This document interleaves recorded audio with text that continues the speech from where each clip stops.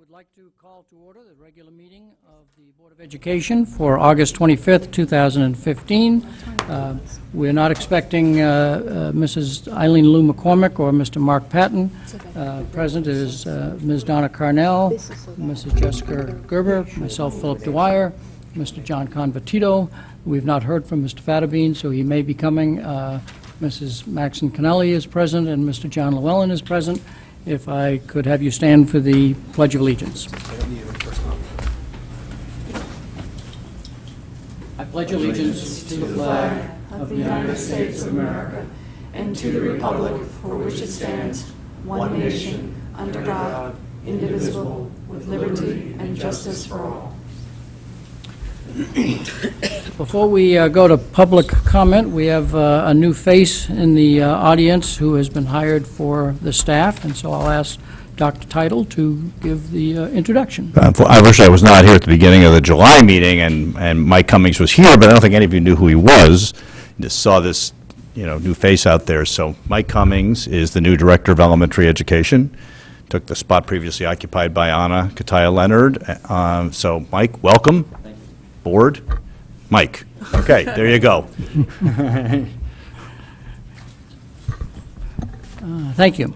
Next is public comment. Members of the public may speak on any agenda item that is up for discussion, or they can wait until the item is being discussed, and then after the board discusses, make a comment on that item at the time, and board members may speak on a voting item at the time the item is up for a vote. So any member of the public wish to come forward at this time?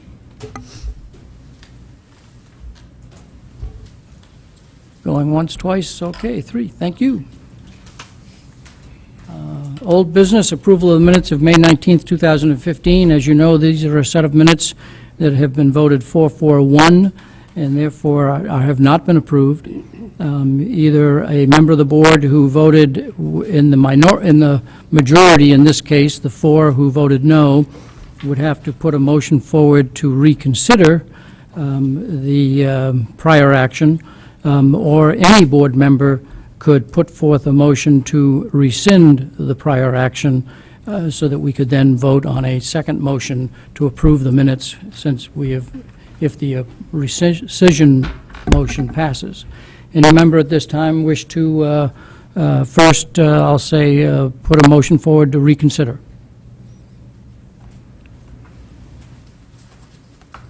Any member of the board wish to put a motion forward to rescind the prior action? Mr. Convertito.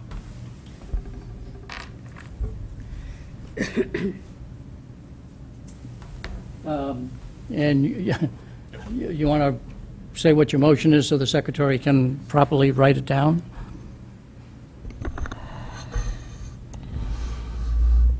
A motion to rescind the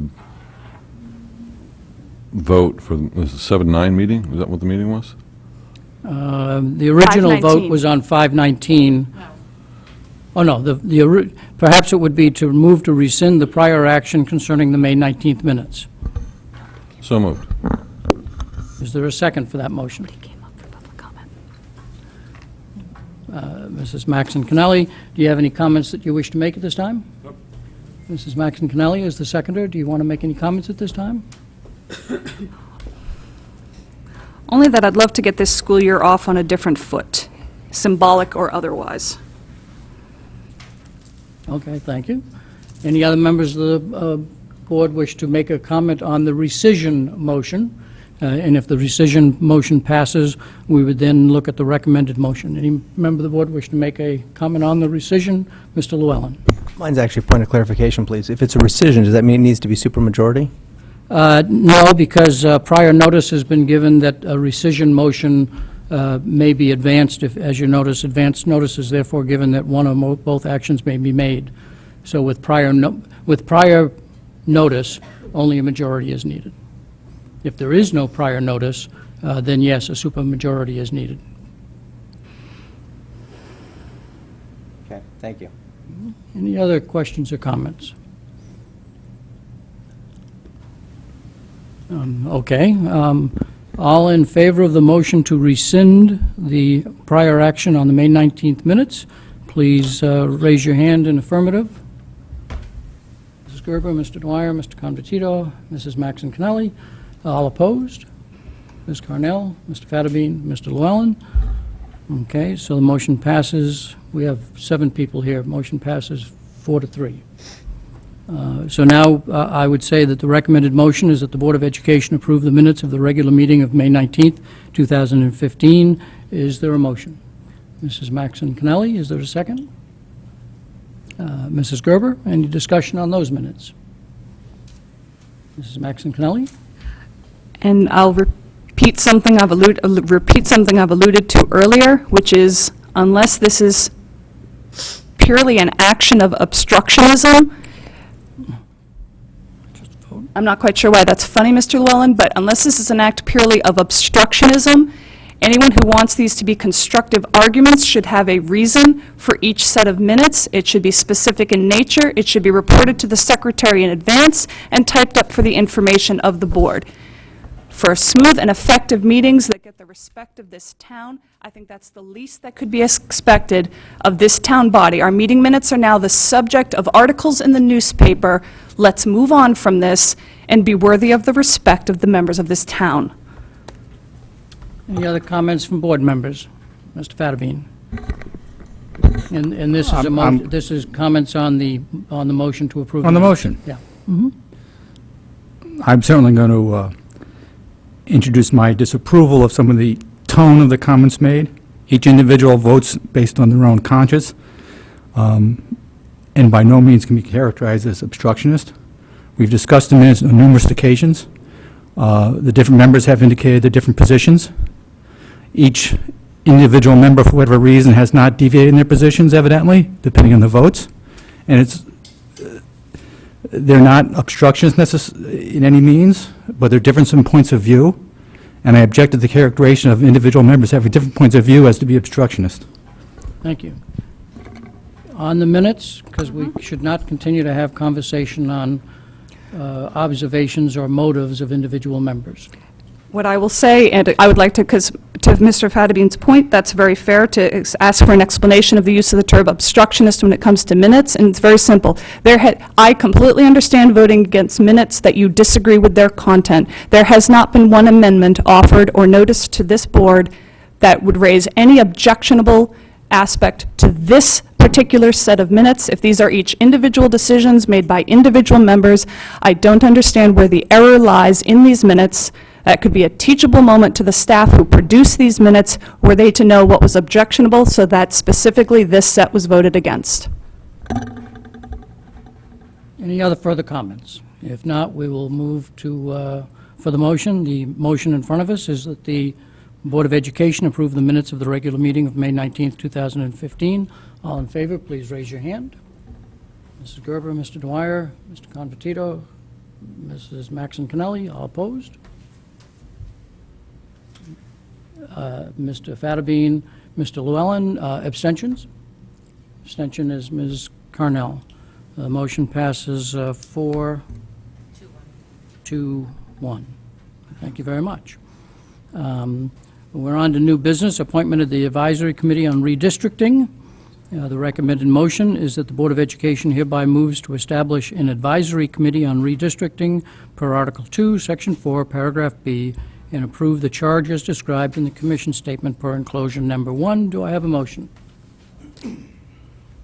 Mrs. Gerber, and seconded is Mrs. Maxon Connelly. Mrs. Gerber, you made the motion. Any comments that you wish to make? Mrs. Maxon Connelly, any comments you wish to make? Open to the whole board. Comments on the motion? Yes, Mr. Fattabine.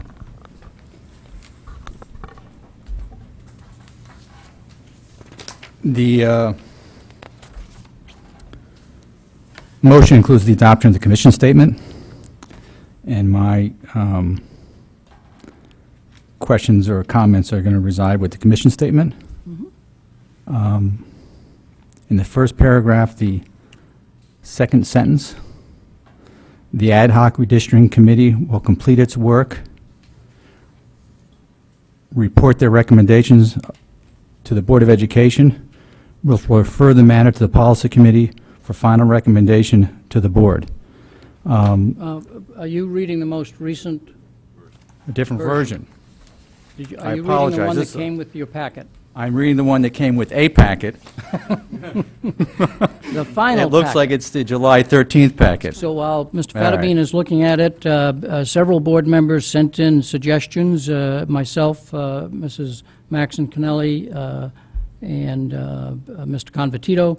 Those amendments were made at their requests, and the one about reporting to the Policy Committee Right. and not a direct report to the board was a correction. My apology. When I reviewed the prior packet, I made my notes, it was put over to the next meeting, Yep. and I assume that it not had changed since then. Okay. The other comment I would have is that, let me take a look at this to make sure it's,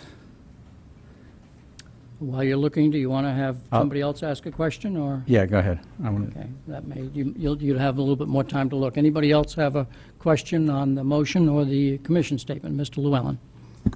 In terms of timing, what is the timing in terms of pulling together a committee, the action? I see that there's an ultimate decision required by March of 2016. Are there any interim dates? No, I'm assuming that the committee will meet as soon after it gets appointed, and then they'll set their own timetable as far as study and whatnot. And who is slated for the committee? At the moment, Mrs. Lou McCormick, Mr. Patton, and Mr. Convertito have volunteered. Okay, and are we to assume that this committee will be meeting past November? They could possibly. We have also faced that with the original Mission and Goals Committee, that Mrs. Brand was on the committee and chair of that committee, but then when she didn't run for re-election, we had to replace her on that committee, and certainly that would be the case with Mr. Convertito. Okay. And is there an approval in here for the use of any funds? No, there isn't. That's one of the changes made. Our bylaws do not allow the board or committees to commit the district to spend any money. That's a commitment that has to be made by the CEO. So that concept, the committee certainly can voice their viewpoint on that, but whether somebody gets hired or not is up to the superintendent. And would that selection of the firm be privy to, would that be the board select, the committee selection, the board selection, or the superintendent selection? Does Dr. Teitel wish to comment on the process that he may use to, Well, I want to discuss that with the committee. There could be some other work going on that could dovetail with this, where it may be cost-effective to use one consultant for more than one purpose. So I also know that the Regional Service Center, CES, has vetted a number of consultants and has, as a consortium arrangement, made those consultants available at a discounted rate to member districts as part of our CES membership. And so I'm, in the process of researching that and perhaps using that firm for a different purpose. So it'll be something I'll bring up early on with the committee to decide how we want to do that. and I would presume the committee would report to this board their actions, their conversation. And what is the firm that you're referencing that you may be considering? Rather not speak it out loud necessarily, because we're discussing potential arrangements with them on another matter, but there is a firm that CES recommends for this kind of work, but I'd rather not get into it Would it here. be subject to RFP? Or would it be sole? No, it wouldn't necessarily be subject to RFP. We have to go through the town. Any purchasing has to go through the town. Right. And the town has regulations about purchasing services, and one of the exceptions that they make, or that they honor, and that the state law allows them to honor, is that if a regional service center has done the vetting and has done the work as a consortium bid, so to speak, then we're allowed to enter to an agreement with that firm without going through the competitive bidding. But I can't unilaterally sign off on a contract unless the town purchasing authority agrees to that, and they have to make sure we follow the rules. So basically, I would say, I have this arrangement I want to make. This is true of any consultant. This is more of a generic thing. Whether it's somebody that Tom Cullen wants to hire for some engineering work on a boiler or whatever it is, we would say, here's the firm, here's the contract, here's the arrangements. Does this meet the purchasing requirements of the town? If it does, then we go forward. So there's a check and balance in there on it from the perspective of the town. The state law does, in fact, encourage districts to use the resources of the regional service center unless there's something in a town charter that prohibits it. Okay, thank you. Yes. Any other questions? I'll come back. Okay, Mr. Fattabine. All righty. My other comment would relate to some language that still is within this proposed commission schedule or statement, and that is in the committee purpose. The second portion of that first paragraph of the committee purpose indicating with the goal of limiting the need for construction to accommodate population needs at the elementary level. I guess I sort of thought it could be more generally and more broadly stated possibly. And the real purpose is to efficiently and appropriately utilize school facilities for elementary school students. That's what I would consider the purpose ultimately, is not necessarily to, construction may or may not be needed depending on the needs, and to have a purpose for the sole purpose of limiting construction, I think may be limited in a sense. There may be situations where some construction may be needed in some schools. Some construction may not be needed at all in other areas. But depending on the circumstances, I just thought that the real purpose would be to efficiently and appropriately utilize school facilities for elementary school students. So I would like to move that with the goal of limiting the need for construction to accommodate population needs at the elementary school level be replaced with to efficiently and appropriately. Why don't you go slow? I thought, With, well, with the goal, yeah, in other words, as I indicated, after the word elementary schools, okay, to replace the language with the goal of limiting the need for construction to accommodate population needs at the elementary level. To replace those words with to efficiently and appropriately utilize school facilities for elementary school students.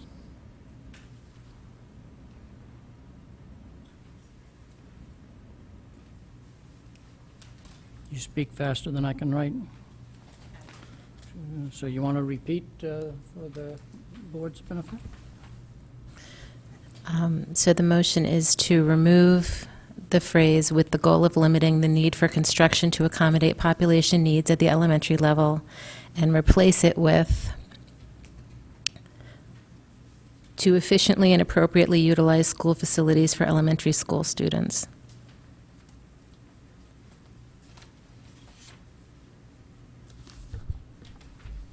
Is that correct? That's it. Okay.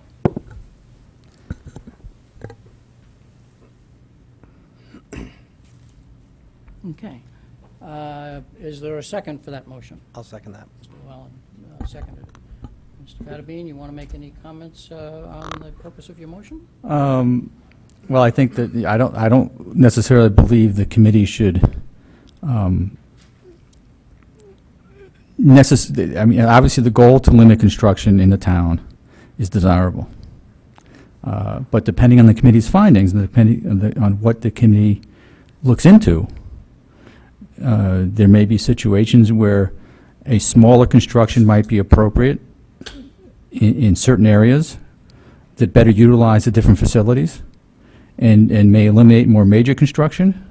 It may be situations where no construction at all is needed.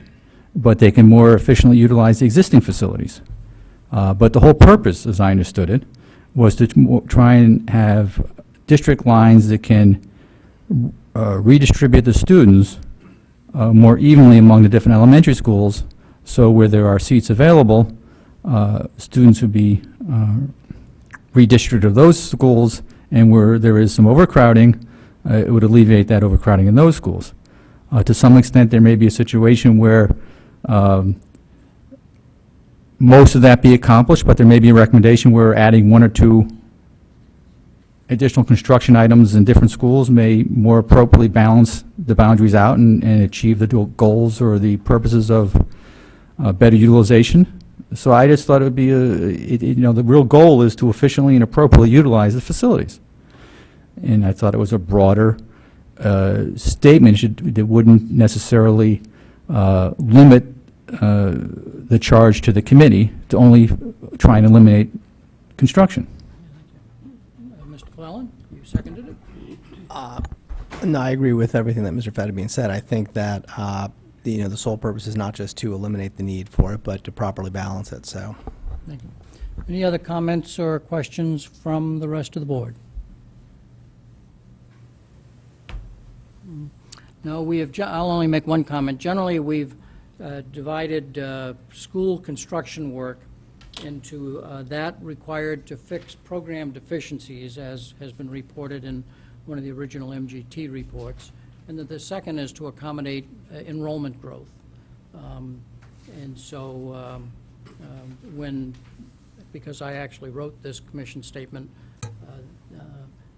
this discussion came out of the can we limit additional general classrooms to save money, and that's why the goal was written that way. I'm not married to that particular phrase. I don't have any problem with the phrase that Mr. Fedderbean suggested. It is more general. It gives the committee a little bit more general latitude, which is I'll quote, always a good thing, because you never know when a committee is going to go someplace and suddenly feel as though they're restricted. So, Mr. Convertito. I don't have any problem with that language per se, but I would like in the purpose somewhere in there to be some language about we have efficiently utilized and appropriately utilized, but there should be some language in there about equalities amongst the schools so that we're not, you can do all 3 of those and still have 11 elementary schools with different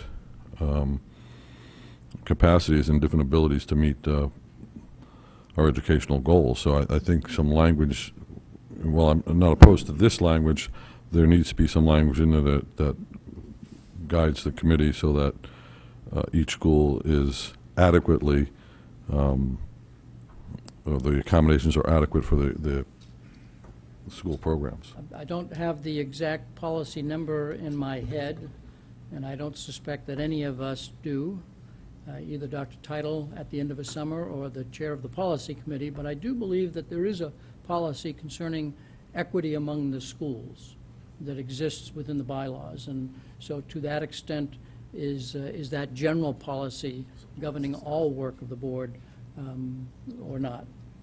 If Mr. Fedderbean, do you recall that as a? I think there is a policy to that nature, but I think the word appropriately encompasses that policy as well as the meaning that it's going to, it wouldn't be appropriate if it wasn't equitable. So I think that word appropriate is broad enough to cover the possibility of inequities. And in fact, I think the purpose of the committee is in essence to eliminate inequities. Any other questions or comments from the board? Hearing none, we'll go to the public on the recommended motion that the Board of Education, that we go to the public on the amendment to efficiently and appropriately utilize school facilities for elementary school students. Did I get that correct? Any member of the public wish to make a comment on the amendment and the amendment only? Hearing none, back to the board. Are we ready for action on the amendment? Do you need it reread, or does everybody understand it? Everybody understands it? All in favor of the amendment, please raise your hand. It's unanimous. 7-0-0 on the amendment. So now we're back to the main motion. Any further comment on the main motion? So now we'll go to the public on the main motion. Oh, Mr. Llewellyn, sorry I didn't catch your... We can go to the public first, that's fine. We can go to the public first. Okay. The motion on the floor as amended is to approve the commission statement as amended, as we've repeated the amendment several times. Any member of the public wish to come forward and speak on the main motion to appoint a redistricting committee? Okay, back to the board. Mr. Llewellyn, do you wish to make a comment? I guess it's a request that we actually table this until the next meeting, and it's because we're missing 2 members, and I know one of the members you've tentatively put on the committee.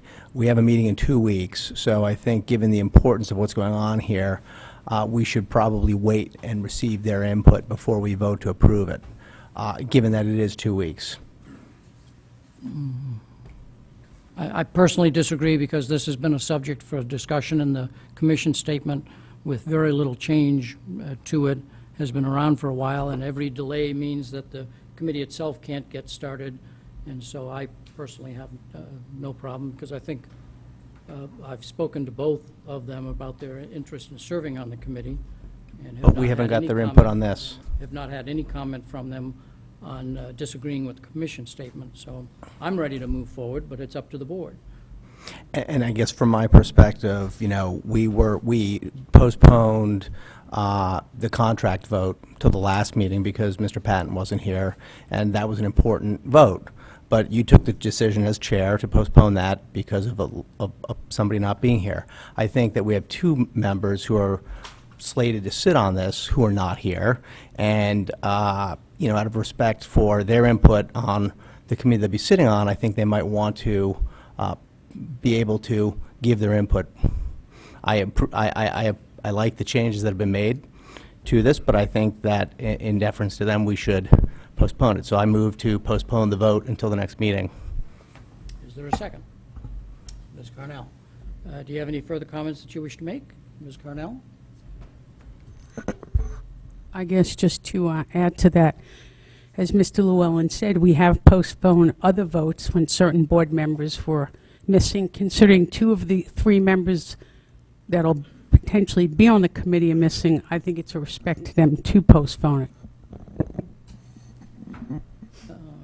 Ms. Maxon Connelly.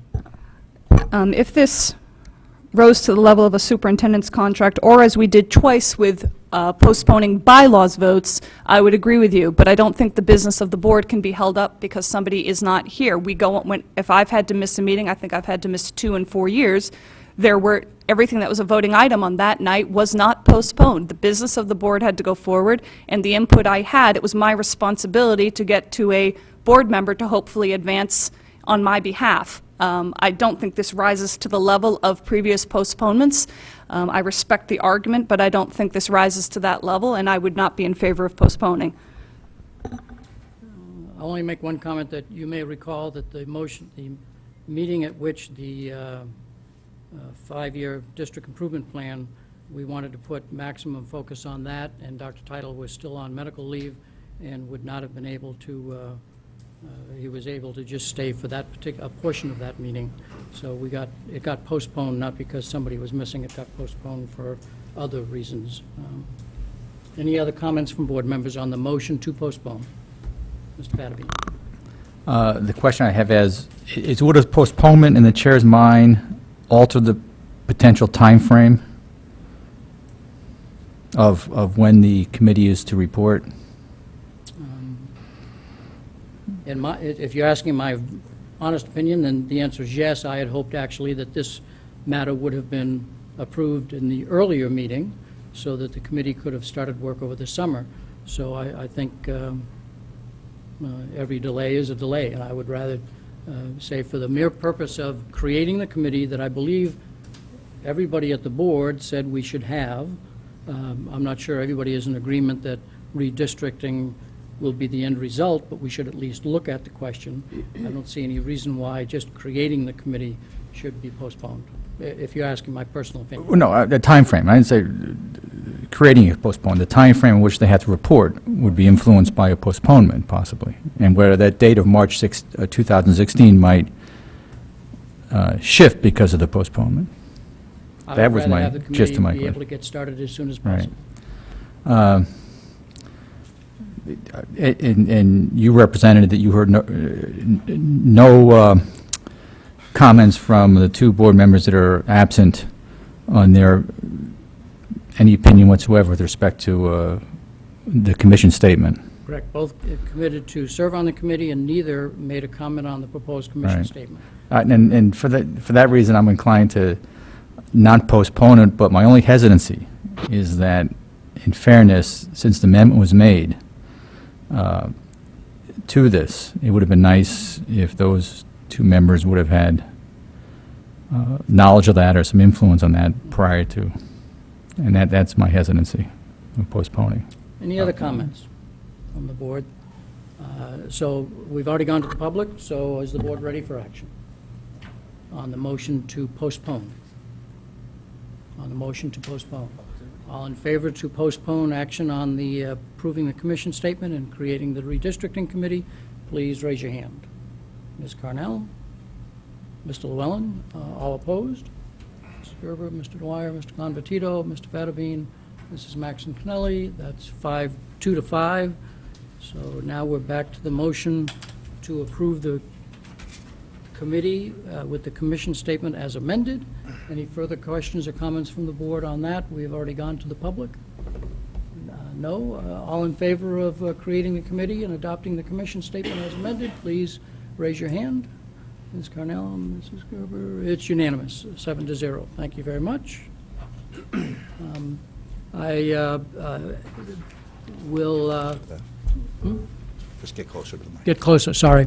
I will ask the three members to meet as soon as possible. I'll attend for the purpose of running the meeting so they can elect a chair, and then once the chair is elected, they're off and running. I will remind board members that some of you may have an interest in attending, and certainly you're welcome to. I would ask you to not sit at the committee table, because if suddenly 2 additional people are at the committee table, it may imply that it's a meeting of the board of 5 members. And if two non-members start involving themselves in the discussion, it may appear to be a meeting of the board that was not properly noticed. So please feel free to attend, but for observation and listening more than discussion. Certainly, if there's only one extra person there and there's only 4 people in the room, that gives a little bit more flexibility. But this is a committee that is subject to FOI rules, just as the board is. Thank you. On to a discussion of the budget development timeline and process. Do you wish to make any comment before Mrs. Munsell comes up? Dr. Title? She's already up. Okay. This is sort of the beginning of budget season for 16-17. What we've tried to do here, what Mrs. Mansell's tried to do here, is to merge some of the internal deadlines that we have with the board discussion and input that we've worked on previously. So we have included the board discussion in October of ideas for the budget. We intend, if there are going to be programmatic changes, like we did last year with world language, we brought you a programmatic concept pre-budget to sort of feel out the board as to what your interests were in that, and we got some good feedback there. So we've included that again as something where the board will have input before the superintendent puts the budget together. Sorry for referring to myself in the third person, Jennifer. And then we have the board, it's not so much input, but discussion, understanding on the health insurance, which is in December. So otherwise, it's pretty much the same. We've also included pension at that time. What's that? And I think we've also included pension in December as well. Is it your Yeah, intent Doreen, will we not have, to, or December, will we have a number on pension in December as well? Do you know, do you remember?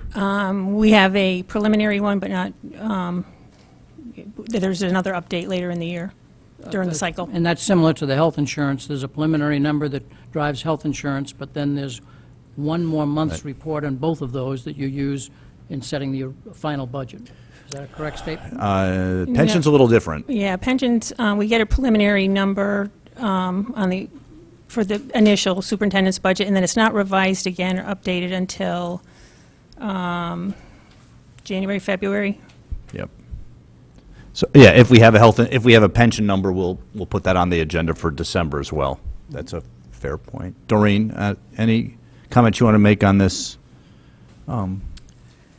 timetable? No, I think you hit all the I already took all major your points. main point. Can you explain to everybody what the budget preparation manual is? I believe the board's received it in the past, yes. It's a handy little document for the administrators to, gives them the timeline, allocations. It lays out for them, who's responsible for what portions of the budget, our meeting schedule in central office at each level,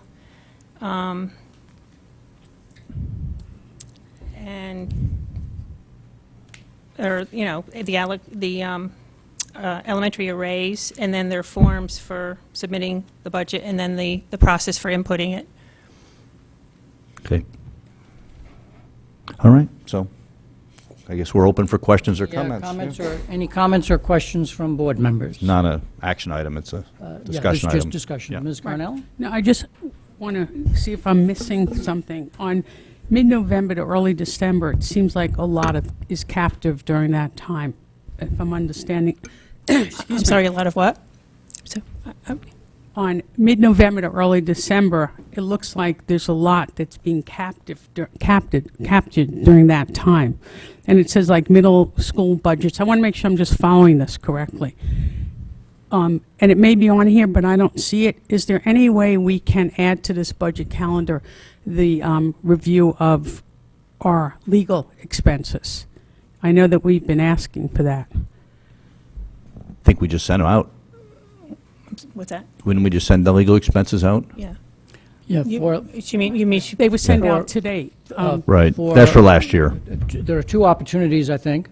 One, when we do the line item review in January, and certainly the legal is a line item view. Right. But in October, if you have thoughts on the legal budget, now that you have the report, you should certainly share those thoughts in October, when the board has whatever their initial thoughts are in guiding the development of the budget. I think So those would be two opportunities. this particular timeframe that you reference, that's our internal review. Right. And so that's where all the people in charge of all those departments come in with their recommended budgets, and they meet with me and have to justify their requests, or their requests don't make it. And certainly, we look at all the operations of the district, including the legal budget, during that time, just like we look at transportation and, all kinds of operational stuff. So that big blue bracket that's there, that's pretty much our internal review time. That's not board review, this is the internal review. So you'll have a couple shots at it after that. I think, Mr. Dwyer, you said something about October? You'll see on October 20th, generally in October, we have reserved time on the budget so that individual board members or the board in total could discuss any budget ideas that they have for guidance to the superintendent. And so certainly any individual or group of board members who wanted to bring up legal and had some guidance that they wanted to give on that particular line item, that would be a time to do that. So if we follow the procedure the way I think you're trying to explain it, in October we can bring it up. But then I believe today we received a notice of the year end in our legal fees. I think it was in our email today or yesterday. Yeah. But what happens between October and August when we're not getting any information about the legal fees. So by the time we get it, August 25th, the legal fees have been paid. So I'm trying to see when we would put in our input. So in January, when we're looking at the line item budgets, if board members wanted to make a comment or make a motion for any change that they would want, they could certainly make that motion in January when we're adopting the budget. And then we do review the finances on a quarterly basis, and so each board member could inquire about the legal fees as each quarter report is issued. Yeah. So that would be April, right? And then July. So there would be two opportunities in April and July when the quarterly financial reports are given for board members to ask questions on any line item that's in the quarterly financial report. So in April and July, it has been, we have received legal. Now, you've received the quarterly financial report, and then if a board member wanted a breakout on any particular line item, then you would call up the superintendent and say, could you be prepared to talk about more detail about this particular line item? Thank you. Yeah, I think there's two different things going on here. There's one is, this is about the development of the budget. The reporting to the board on how the budget's actually unfolding is done on a quarterly basis. That's a different issue. So this is purely about budget development. Okay. I think what you're referencing is perhaps wanting more detail about budget expenditures of that line item as we move through the year. Thank you. Okay. Other questions or comments on the tentative budget calendar? Mr. Llewellyn? A couple of comments here. One is, are we going to have, separate from this discussion, the budget impact of the strategic plan and the different priorities that the administration is setting? So, Title? yeah, so what we've, there's a couple of things going on with that. Obviously, the district improvement plan was approved post-budget current year. So my plan is to give the board and the public at the next board meeting, September 8th, the list of first-year initiatives that we're doing that we believe we can accomplish within the appropriation for this year. Is in many cases, what we're undertaking is a matter of using the money we've been allocated, but targeting it differently. So if there was something that had a major budget impact for the current year, we probably couldn't do it in year one without subtracting somewhere else.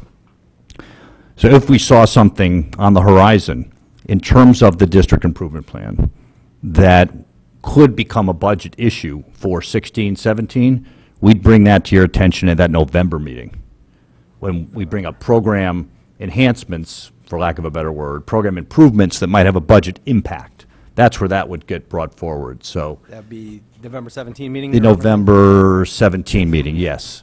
So we could expect to have kind of your year two priorities. I think On if there's November year two 17th. priorities that would have a Cost a impact. significant budget impact would be, we would want to try to get a sense of the board at that time, is this something that you want us to pursue? Obviously, at that time, you don't know what else is in the budget, you don't know what the other fixed costs are going to be, it's sort of hard to know precisely. And of course, your support for that could change when you see the full budget. Right.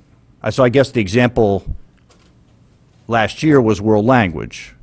We brought forward a plan and we said, here are some different cost options and program implementation options. And, you know, the board wasn't of one mind necessarily about it, but there was we got a sentiment that people were interested in sort of a phased rollout as opposed to a full-blown.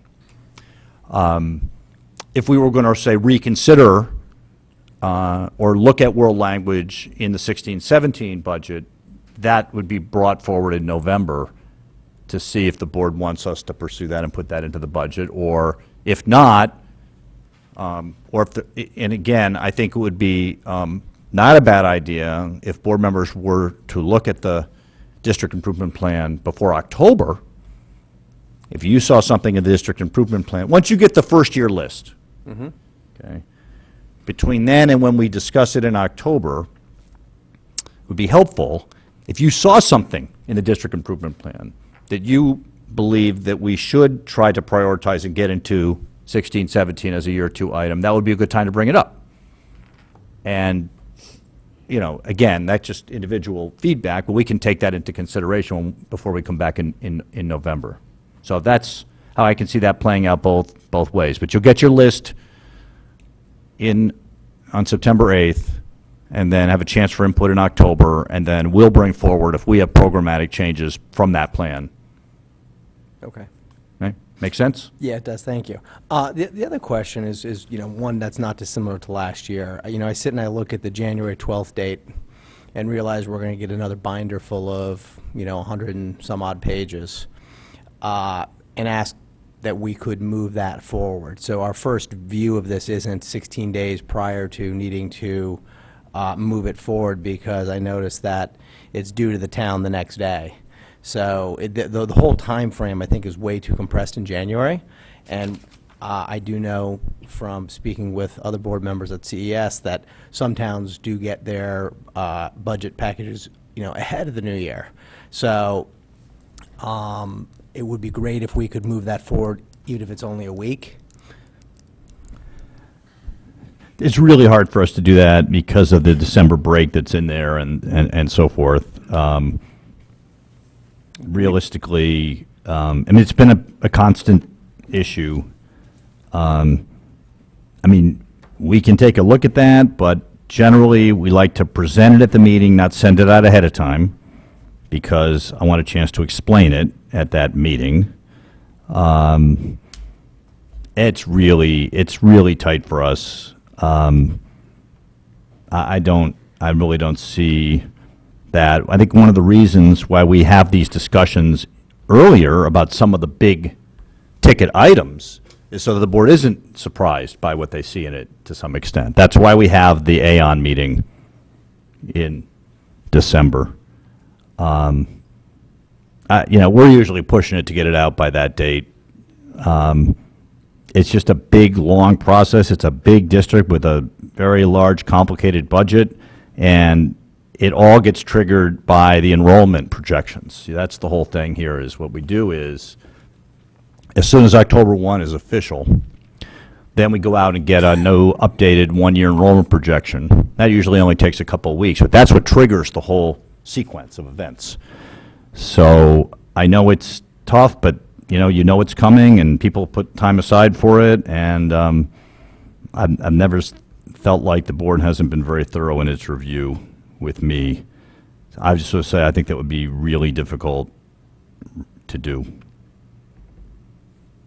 Well, other districts do it. That's why, you know, if they've got it out ahead of Christmas and the New Year's holiday, you know, it would be a good goal to set for ourselves. Anything else, Mr. Llewellyn? That's good, thank you. Okay. Any other comments from the board on the tentative budget calendar for 16-17? If not, this is a discussion item. Any member of the public wish to come forward to talk about the tentative budget calendar? This is exciting stuff. Hey, it is for us. Hearing no member of Thanks, the Doreen. public, we'll move Well, on. actually, sorry, I do have one quick question. Go ahead. One follow-up for Ms. Munsell before she leaves. One of the things we talked about at the last meeting was you providing the board with the crosswalk between the quarterly numbers that you distribute and the budget. So I think this is a good time to talk about that. And you had told us at the last meeting that you'd have it to us prior to this meeting. So if you could do that for us, that'd be great. It's even actually in the minutes that you'd get that to us. So if you could get us that crosswalk, that'd be great. In other words, to be very specific, how do we tie each of the numbers on the quarterly financials back to the budget?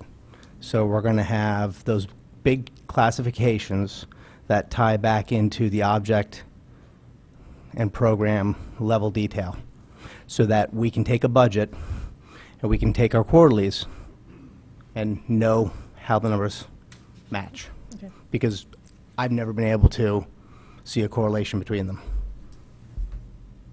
And when do you think we can get that? Because that's been outstanding for a while. like a Well, year. you're talking about the year end, right? The crosswalk, the matching of accounts as used in the budget to the accounts that you use for the quarterly reporting.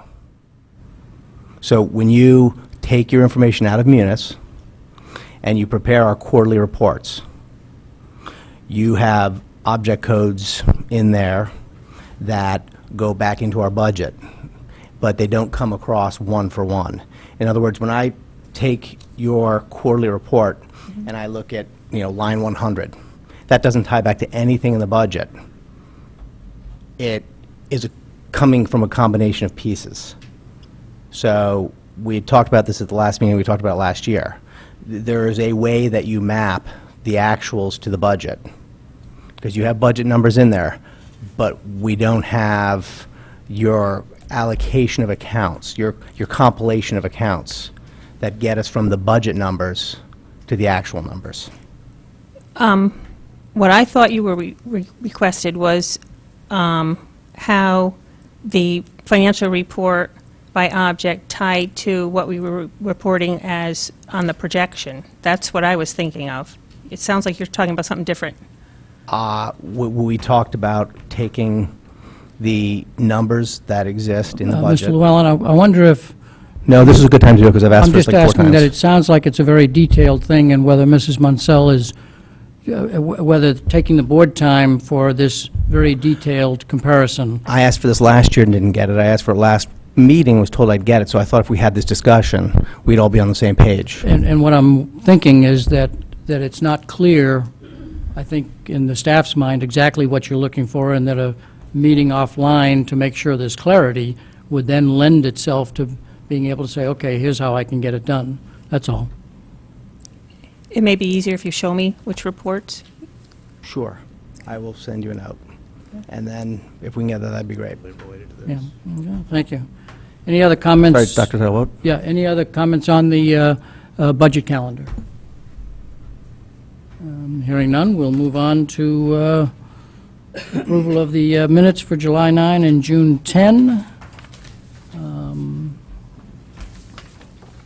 The recommended motion is that the Board of Education approve the minutes of 6:30 PM special meeting of July 9th.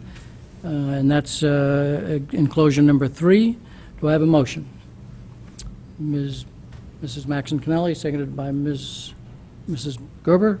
Any conversation or comments from members of the public, from members of the board, for any suggested changes? Hearing none, are we ready for action?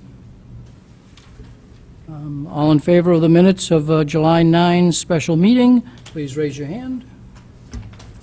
Ms. Carnell, Mrs. Gerber, Mr. Dwyer, Mr. Convertito, Mrs. Maxon Connelly, your hand is up, Mr. Llewellyn, correct?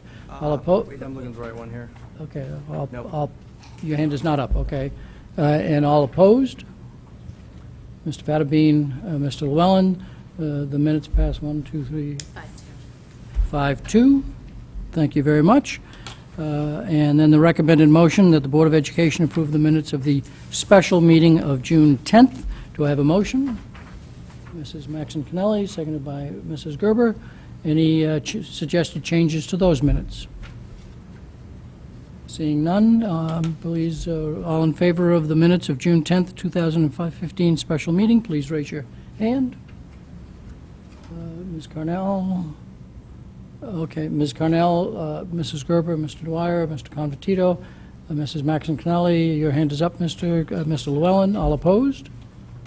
Abstention? Mr. Fattabine? So that's 601. Thank you very much. Superintendent's report. All right, annually, this is the time when we try to summarize for you and highlight the legislation that the General Assembly passed and that the governor signed that might impact us. There's several of these summaries kicking around out there. Believe it or not, the one I'm using is the shortest version possible. There are longer versions of this. And I'm not going to go through every single one of these, but I want to draw your attention to some of them.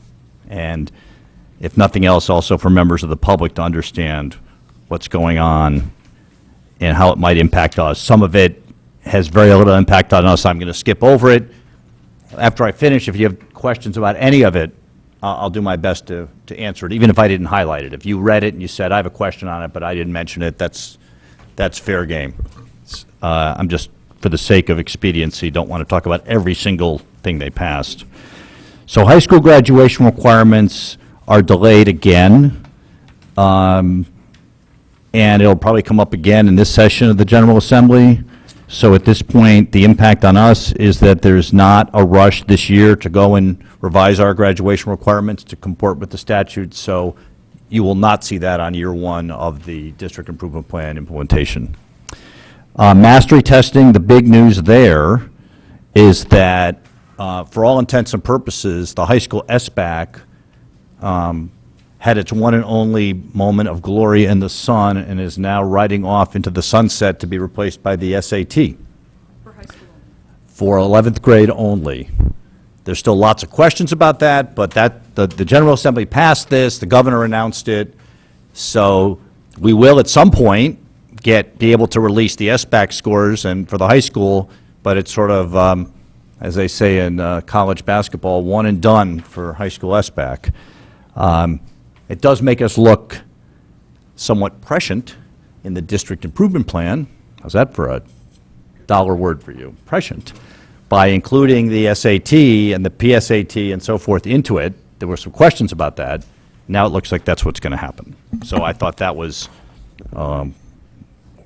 worth it. It does specify that this SAT will be taken during the school day. As you know now, the SAT is generally taken on a Saturday. We don't know about, what if a student takes it more than once and all those. There's still a lot of loose ends here, but that's part of it. Under the curriculum, this doesn't go into effect until July 1, 2016, but computer programming now needs to be, ensure that it's included somewhere in there, as it just so happens the middle school computer curriculum is one of the curriculums up for review. And I believe you actually discussed, I think we're okay with this one anyways, because you might remember when we did the business curriculum, we do have programming courses in there. That was a subject of some discussion. And so I think we're all right with that. But, and the second is CPR and social media will be required to offer that. But again, this goes into effect in 16. But in terms of dictating curriculum, that's as far as they went this year. There was a lot of concern. It's not a huge issue in the district, but there's a lot of paragraphs about seclusion and restraint, and really restricting staff's ability to use that. And that does mean that there will be some training that Andrea's department will need to do specifically along those lines to make sure we're complying with that statute. But there's a lot of restrictions on seclusion and restraint based on a lot of public reports about how, at least in some people's minds, that's been abused. The state board is going to develop regulations about physical restraint and seclusion, so this is a policy issue that will come your way, but not until the state board develops these. Once the state board develops regulations on restraint and seclusion, then the board will be required to update the policies and procedures. But we need to wait for the state to do that. I'm on page 5 of the Shipman and Goodwin in the top left. On the bottom of page 5 and carrying over on dyslexia, we talked about this quite a bit last year. And you might recall in discussion of some of our assessments, we were talking about waiting to see which assessments were going to be on the approved state list for early reading. They've pushed the deadline back on that. And so the implementation of that from the perspective of us, we won't be required to pick off that list till next school year. You'll notice a trend here is the General Assembly gets very eager to do things. And they pass legislation, this is an editorial comment, they pass legislation with impossible timeframes in it. Then when they realize it can't get done, everybody comes screaming, they extend them. All right, now back to our regular programming. We are going to need to update our vision and other screenings to comport with the law, and that's something that the school nurses are really on top of. And the same with the anti-epileptic medication. It's somewhat similar to legislation on EpiPens of appointing or finding a volunteer who will do that in an emergency basis. So again, that's something that we work on with the school nurses as well. I don't think we've done much of this, but obviously one of the big issues that came before the General Assembly last year had to do with out-of-school suspensions and expulsions on very young children. And so there's, expulsions for children at that age are very rare, but out-of-school suspensions have been a point of emphasis across the state, and it's something that we don't have a lot of, but it's something we're going to need to pay attention to because there's really restrictive rules about that now, obviously, because of the age of the children. Something that I think looks sort of subtle and innocent, but I think could end up causing us some pretty sizable scheduling and potentially financial headaches is the parent right and paraprofessionals' attendance at PPT meetings. I'm on page 8. Parents and guardians now have the right to have the school paraprofessional assigned to their child, if any, to be present at and participate in all portions of the PPT meeting at which the child's educational program is developed, reviewed, or revised. We are going to have to look at scheduling impacts of that and training, and obviously, if there's a paraprofessional, sometimes they serve more than one child. If the paraprofessional's in meetings but not serving a child, does that mean, what does that mean? I think there's just a lot of tentacles to that one. And as we know, we have a lot of paraprofessionals in the district, and I think that it's something we're going to, obviously, this is another Andrea department to tackle this one, but that was a new mandate. Let me move along here. Over on page 10, I was out when this was going on. I think, Mrs. Parks, you were working on this, or maybe it's been done, but there's a requirement that we have a memorandum of understanding with the police department about the school security unit. And okay, so it's in progress, so we're on this. We have school resource officers. We've had them for a number of years, so it's really just to make sure that the school resource officers and the school district are clear about roles and responsibilities. Hasn't been a big issue here, but it's been an issue in other places. Dcf reporting requirements have been really strengthened, and all staff in the district will be going through training this year. It's online training. It's a PowerPoint. I just did it myself. It takes about 20 minutes, and you register online so they can check on it. But there have been some changes in that. But all staff will be trained in it. But it's relatively quick, and I don't see a big budget impact on that one. But it does involve the principal of every school now certifying to me that every school employee working at that school is in compliance with this training and refresher training. There is a requirement in here, policy, that boards must update their written policies by February to reflect that school employees must make a report under certain circumstances. So when CABE, because CABE is doing a full review of our policies, that will get included and we'll get some recommended language from them, but we have till February for that one. Let's see. I will say that on page 14, there is a required in-service training program to include training of, identify of, structured literacy intervention for students with dyslexia, and cultural competency. You may recall we got out ahead of this one because Andrea was on the ball with this one, and that we did put some money in the professional development account for the training on the dyslexia specifically. So we're covered there in terms of the budget. Every time they put one of these in, when you multiply it in a large district like us, it comes out to real money. And that's one of them. But we're already okay with that. We're out ahead of that one. And cultural competency is also something you might have noticed that popped up in the district improvement plan. So again, I think we kind of saw this coming and made sure it was in there. Flipping over to pesticides, because it wouldn't be a session of the General Assembly if they didn't deal with the pesticide issue. And And Tom is going to have to work on that one in terms of the notification requirements. Most of it is notification requirements and putting it on home pages. Parents can register for prior notice of pesticide applications. Most of it is notice requirements, so we just have to stay on top of that. It doesn't really change the rules, but it does involve more stuff on our website on that. On accountability and performance,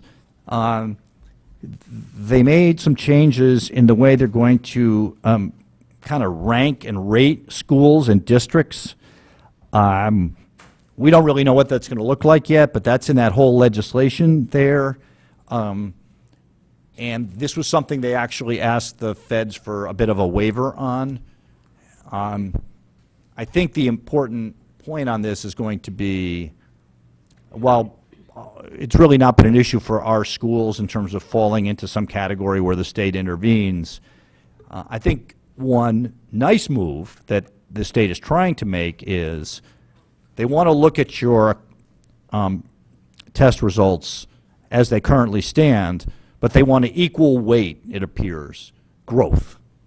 So no matter where you start, you're looking for growth. And that's consistent with our district improvement plan, with our school improvement plans, with the way we've asked teachers to write their goals and objectives. There's SLOs about growth for all students. So just because you are a relatively high-performing district doesn't mean you're off the hook in terms of trying to grow, and they're going to try to capture that in the new performance index. I had just figured out the previous one, and now they're changing it. Just a couple more things, and I'll stop. There is going to be a task force on life-threatening food allergies in schools. We expect there'll be a report to the General Assembly in January. Obviously, we spent quite a bit of time on that last year, so we may be getting some further guidance from the state on that. And then the whole section I found interesting, which is employee online privacy, which is on page 22. You might have glossed over that one, but it restricts our ability to mandate that employees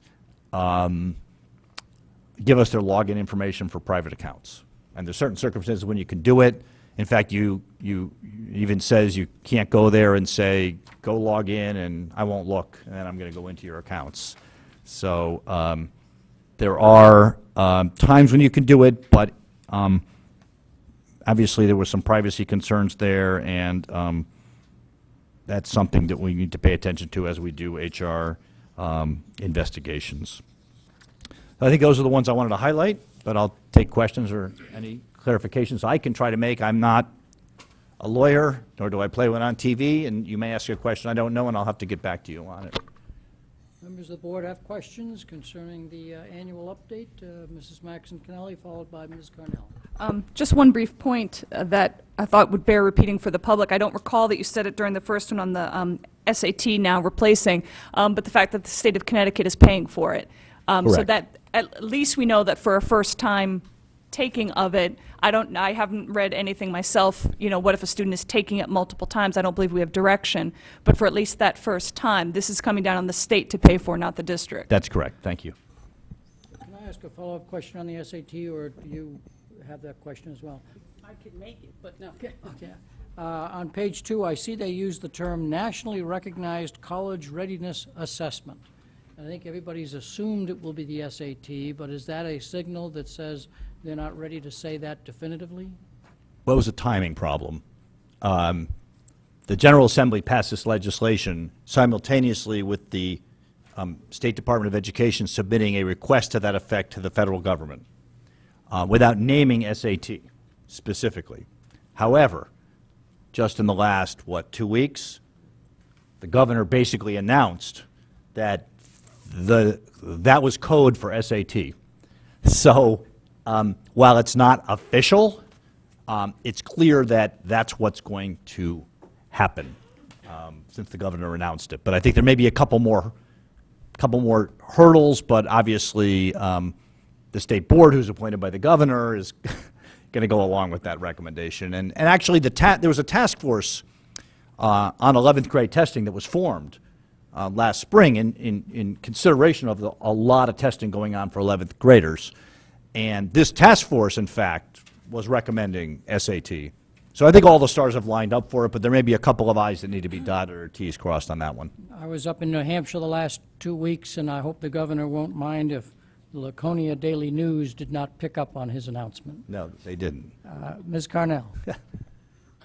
Just to get back to the high school graduation requirements. Yes. Because I know it's something that did touch at the policy, one of our policy committees. Is there a way, and I know we don't like to double our efforts, is there a way that this can be continued in the policy committee, even though we know it's going to be mandated by the state? Because I think it's obvious that some changes should or could be made towards graduation requirements. Well, the policy committee sets its own agenda, so obviously it could. I think the question is, right now, with this thing being in flux just about every year, we just felt it was not a productive use of staff time to get in there and research and really think the whole graduation requirements issue through while the whole thing could be up in the air again. So policy committee wants to talk about it. I would just caution that if the staff ends up doing a lot of work on this, it's something else they won't be doing work on. I will say that there's one part of the graduation requirements that even if it were not a requirement, we've made a commitment to in our 5-year district improvement plan, and we are moving ahead with as a staff because we think it's a valuable learning exercise, and that's the capstone project. You might recall that from the district improvement plan. I realize there was a lot in there, but we really believe that has tremendous value for students, and we actually wrote several specific actions in the improvement plan related to it, so that kids would get prepared for it sort of on the way to high school, that it wouldn't be something that, oh, you show up in 9th grade and someone says, oh, by the way. So we're having discussions about that, rolling that over a period of time. One of the specific actions actually says to put together a sequence of skills and so forth, so that it's a K-12 continuum that will lead to the capstone. And that's in the graduation requirements. The reason we want to put work into that is because we believe that's valuable, even if the state doesn't mandate it or somehow makes that optional, within this. But there's a lot of other big stuff in there, and until it sorts, and it could be very expensive, so until it sorts out, we're just sort of taking a step back from it. But general discussion is always welcome, I guess. I just caution that we don't give the staff a lot of work to do on it. Is there a way the curriculum leaders can meet with their direct reports and just go over it? I think there definitely is some immediate, changes or, things that should be addressed. And again, it's putting off another year, and who knows if they'll pass it the following year. Right. Right. I mean, I think what we've tried to do I'm waiting is... for the calendar to be passed, and they never seem to get to that. They did that. You're stuck with it starting, yes, in October you'll get to see it. But It's after Labor Day. no, it's not after Labor Day.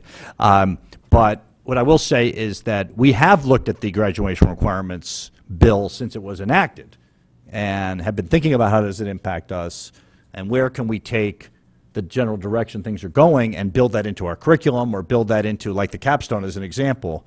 But for us to jump out ahead on some of that, could really lead us down a big path that we don't want to go through. So I think it's something we want to look at holistically at some point. We know we want to raise the number of credits needed for graduation. We know we want to go there. We also know that 95% of our kids exceed the minimum, often by a considerable amount. But this seems to be a moving target. It's hard to shoot a moving target. Any other questions, Ms. Cornell? No, thank you. Other questions from the board, Mr. Confortito? Page 12, on the alternative education. Can you speak into the, I'm sorry, on page 12, the Alternative Education Act, is that going to affect the Walter Fitzgerald campus at all? It would fall under that provision, yes. It falls under that provision. This is one of those where I mean, anytime I see that the state's saying they're going to set out new mandates and goals, I get scared. yeah, so do I. The only thing is that the law requires that the Department of Education develop guidelines for the provision of alternative education by boards of education. So until that happens, it has no impact on us. And there's no date in the law that I could find where it said the department had to do that. So I would call that under immediate impact. No, you know that we do have now strengthened the leadership there, and we're going to be, improving that program, I think, every day as we move forward.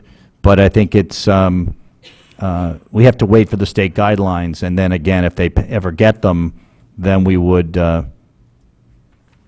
we might have to make some changes. But we have information on the alternative education program on the website already, so. Okay. Yes, Thank you. it does impact Walter Fitzgerald, is the short answer. Thank you. Any other questions, Mrs. Gerber? Yeah, on page 15, the one regarding preschool programs, does that have any impact, or will it have impact moving forward? No, that really doesn't apply to us. Okay, just checking, thanks. Other questions from the board? Any final wrap-up comments you wish to make, Dr. Title? They did enough damage for one session.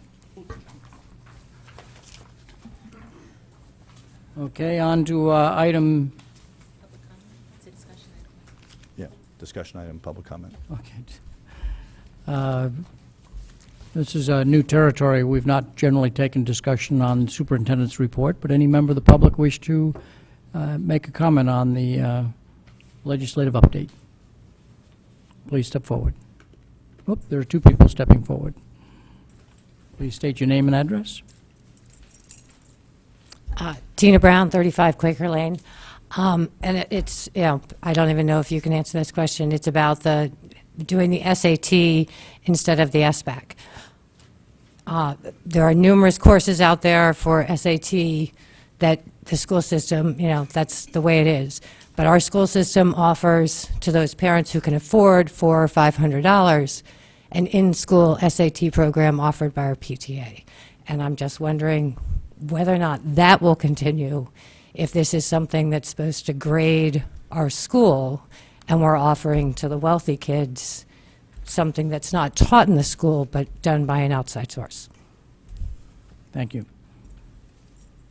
Please state your name and please come forward and state your name and address. Lisa Davey, Fairfield, Connecticut. I just want to point out that we touched on a couple of special ed items in the legislative update, but I think there are a lot more that are going to impact our town, the whole state. And I think it would be important that the board consider giving that a little bit more attention. The alternative high school, particularly as Dr. Title pointed out, the paraprofessionals attending PPTs. I think there should be training, but I think that it's really important because paraprofessionals, in a lot of cases, spent much more time with the special education students than anybody else. And it's going to be really difficult, but it's really important. I think also there are a lot of other items here that we really need to look at regarding special education.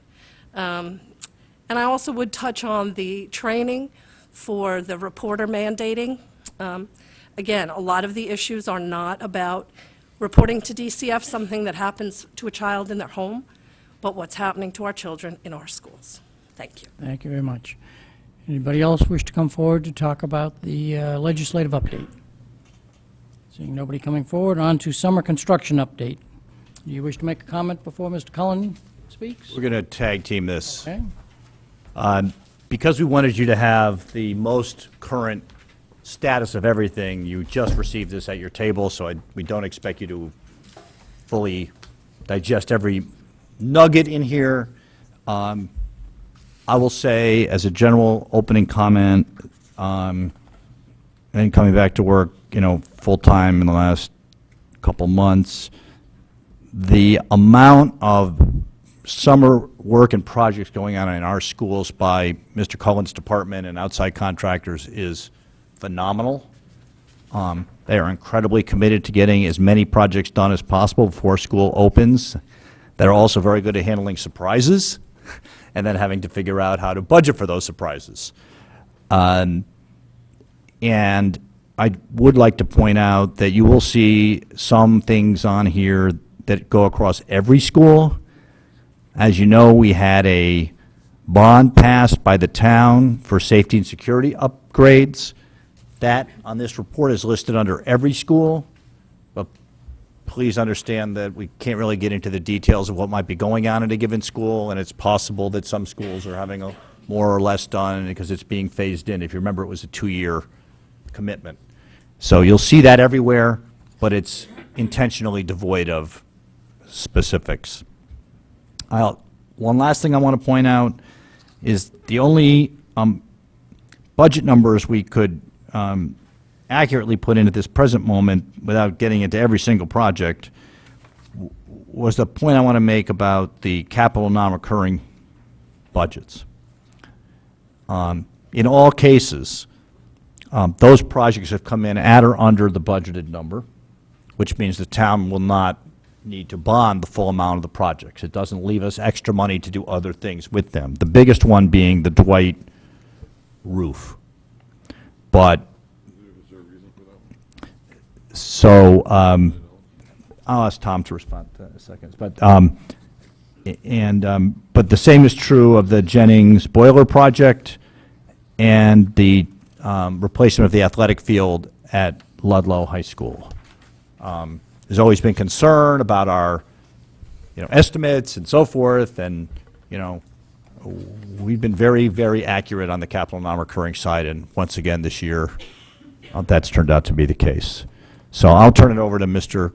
Cullen right now. And Yeah, to answer, in general, or to answer that I think question? at this point, maybe you could address the question about the Dwight roof bid, and then any comments you want to make or highlights you want to make sure the board is aware of that were particularly of interest or might be of particular interest to the public or the board. Thank And then you, I'll Mr. jump back in when you take a breath. Mr. Cullen. Okay, thank you.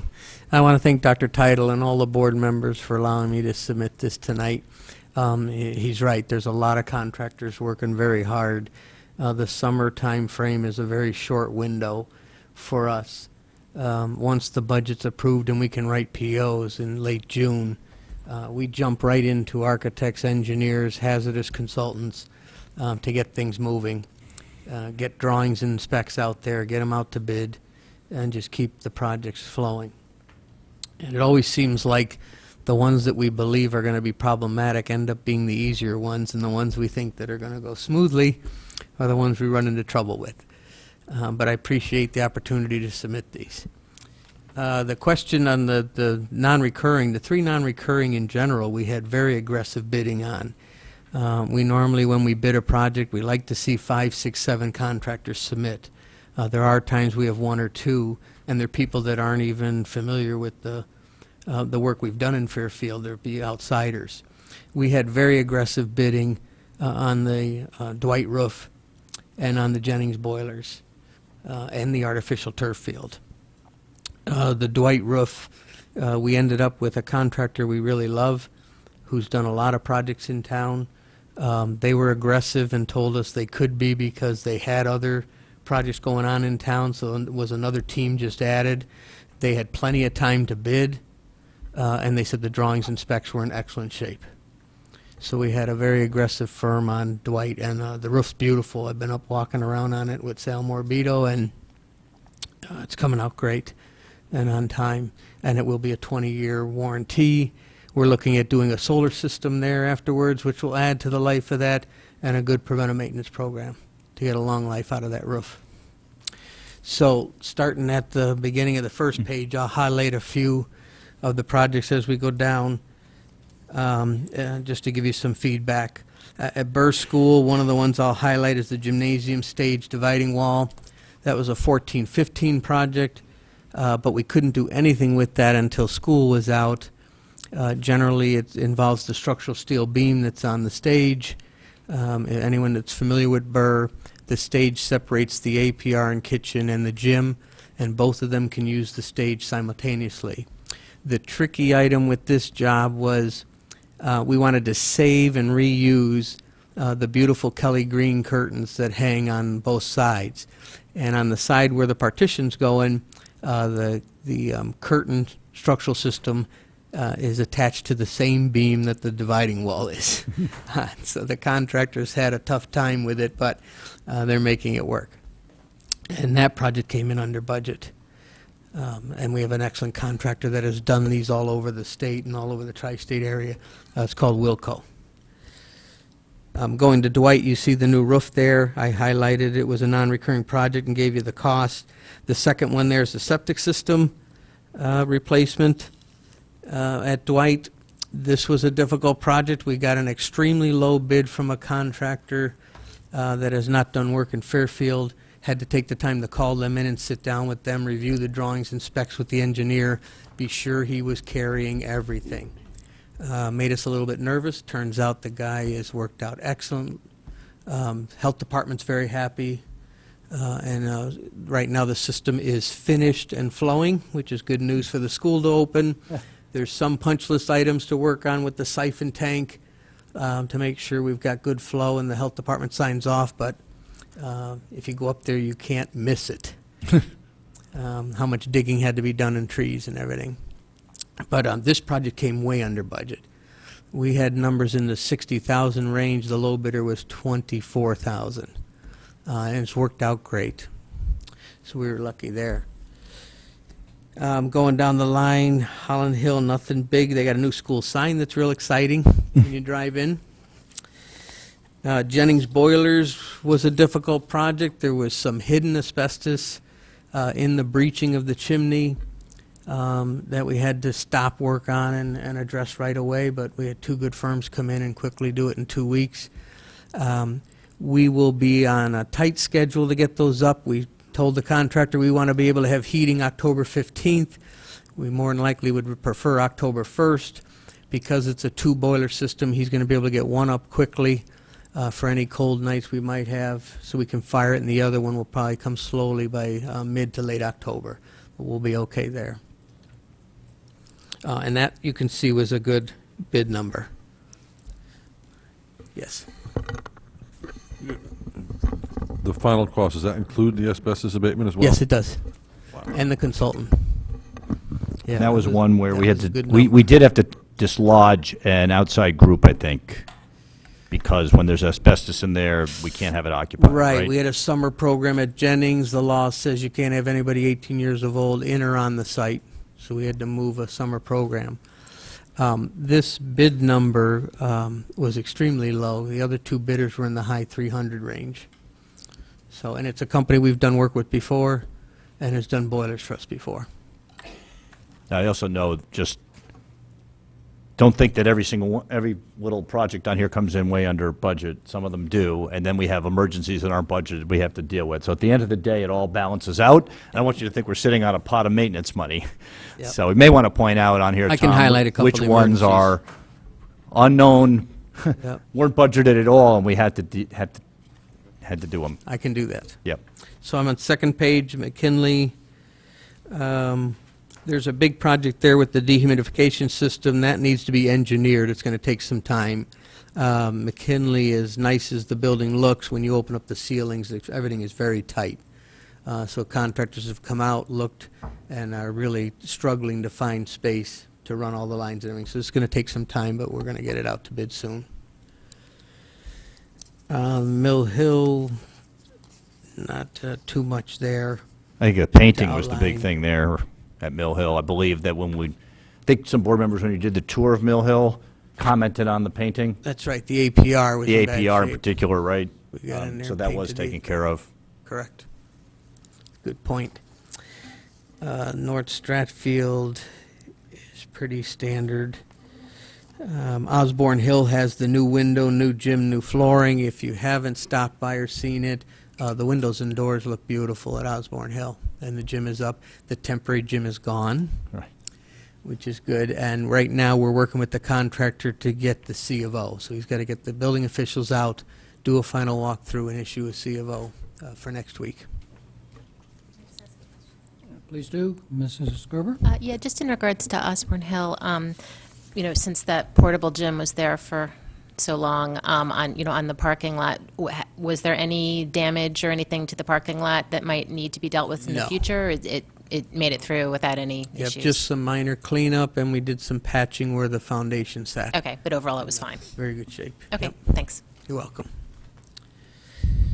So going to page 3, I've got Riverfield.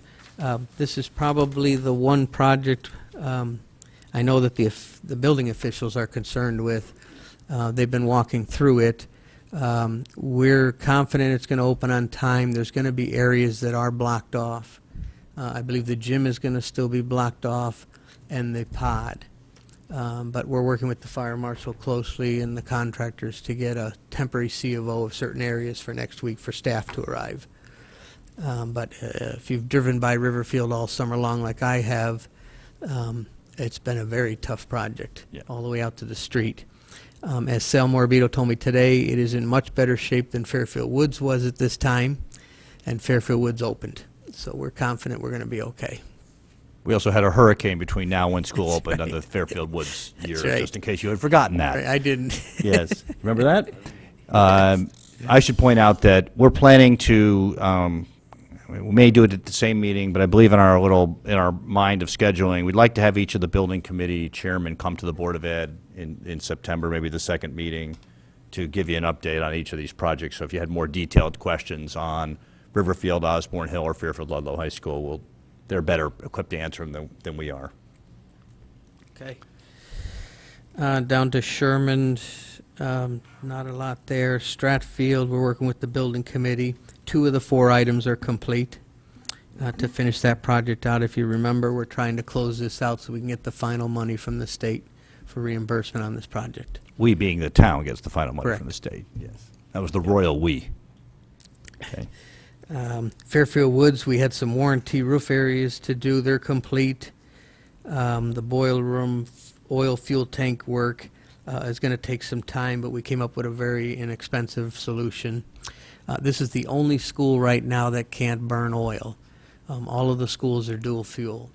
The reason being the oil truck and oil deliveries hoses can't reach this boiler room now that the addition was put on.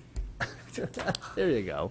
So, without going through the school, and the fire marshal won't allow a hose to come through the school building, come out the other side, and go down into the boiler room. So That would be a sight. Who put that addition? So, well, if you remember, there's supposed to be an underground tank there. They eliminated the underground tank. Right. We went with the day tanks, but then Don't it's about miss. 220 feet we need to go, and most oil truck companies carry 150 feet of hose. Some have an old truck that have 175. They won't allow a coupling. It's a whole long story, but Right. we have a plan. We're working with the town, and we're going to be able to meet the needs. But you might remember, those of you who were around then, that right as they were about to deliver the underground oil tank for this school, the selectmen and the other folks in town decided, we're not doing that anymore. And the thing literally was on a truck, ready to come in. Correct. And it got delivered and sat at the Mohegan Lake parking lot. I don't even know what happened to the thing. But this plan, this problem that we had, was never going to happen if they had done what the design was. So this is the consequence of that. Correct. Kind of an interesting little postscript to that whole That's right. fun period of time. Down to Roger Little Middle School, the field retaining wall also came out beautiful. This was a very low bid we received from a contractor that hadn't worked in Fairfield before, but worked out great. Right now, we're waiting for the as-built for some of the irrigation work he had to do, but if you have a chance to go over there, that wall was literally falling down and crumbling, and they did a beautiful job. He even came in and reseeded and hydro-seeded, and it wasn't part of the spec. He just wanted it to look nice before he left. So that was a bonus, but it looks great. Down to Tomlinson Middle School, the sump pump was a problem that we did internally with our own staff, and I give them a lot of credit. There's a big problem happening at Tomlinson with all of the roadways, all of the parking lot in the school, and with the last renovation, the roof drains were tied in with the same sewer drains and water drains from the roadway, and it's just a volume of too much water trying to go through a large pipe down to the train station. So it overflows, it fills up the lowest spot in the site, which is this landing that's right at the level of the cafeteria, and the water starts to flow into the cafeteria. Well, our own licensed plumber came up with an idea to put a 500-gallon-a-minute sump pump in the bottom of this landing to at least discharge the water to keep it away from the cafeteria. Put it in underground. It's been working great. I'm also working with the town to try and find out and make sure none of the lines are clogged or rotted and caving in, because the volume of water when we have heavy rain is just too much for the whole site. They've been very helpful. We're pulling maps out and we're working on that. So that was a big fix this year. Quick question, follow-up to that. Was there ever an issue with the snow and its melting and things being frozen over so that something like this therefore wouldn't work in that case? Never had a problem with any ice or snow. It's Just the rain. volume of water for that site. Going on to Fairfield Ludlow High School, you can see on that page the two high schools have an awful lot going on. Ludlow High School, the artificial turf field, identify the bid numbers there. That's the project we thought we were going to have the most trouble with, and it's been going very smoothly. Just to give you some information that's notable, the contractor's got 12 men on site. They're working 2 shifts every day to try and meet our schedule. Temperatures when they're 85 to 90, they have a heat gun. They have to shoot the ground to make sure the staff is safe. We're getting readings of 132 degrees. So these guys are working on. I was standing out there a while, and my feet even got hot through my shoes. I also noticed they've been bringing 6-7 cases of water a day. I thought it was for the whole job. They're drinking that daily. So it's an incredible project. If you have a chance to drive by there, the field looks fantastic. They're doing a great job. The new product now is head over heels different from what we had 12, 13 years ago. And athletic director is very happy and been watching the job too. They wanted to meet the August 27th deadline. I don't think we're going to meet that, but we're very close with that big project. Ms. Cornell? In terms of the large renovation going on at Fairfield Ludlow High School, when was it originally targeted to be completed? Wasn't it supposed to be this summer? Yes. Okay. I mean, we had a horrible winter, no doubt. Was there any other reasons of, we're talking about 4 to 5 months delay? No, I think right now the most difficulty with the Ludlow High School project is probably the cafeteria. The cafeteria addition they think there might have some issues with, but they haven't heard yet from the building inspector and the fire marshal how they're going to deal with that. The Webster addition is going very well. I think the new cafeteria is might Didn't not somebody be open. approve these plans? Yes. So I'm not sure why, they're running into difficulty. Well, when you're dealing with an existing building, existing systems, especially a building like Ludlow High School that has so many different buildings at different ages and different wiring and low voltage and everything, they do run into problems along the way. But we'll be able to open, run the schedule, serve lunch, the whole thing will exist.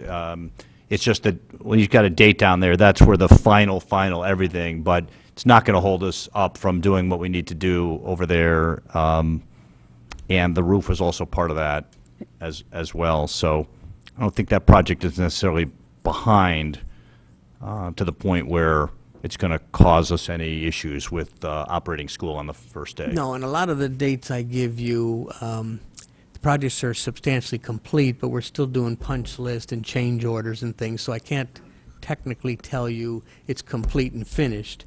I want to give you true dates. There's a lot of change orders and punch list items that go along with these projects. Ms. Cornell? 2 things in addition. Is the heavy banging completed at Fairfield Ludlow High School? Because I know that was a major complaint from in certain area of the building. It was very disruptive to the classes.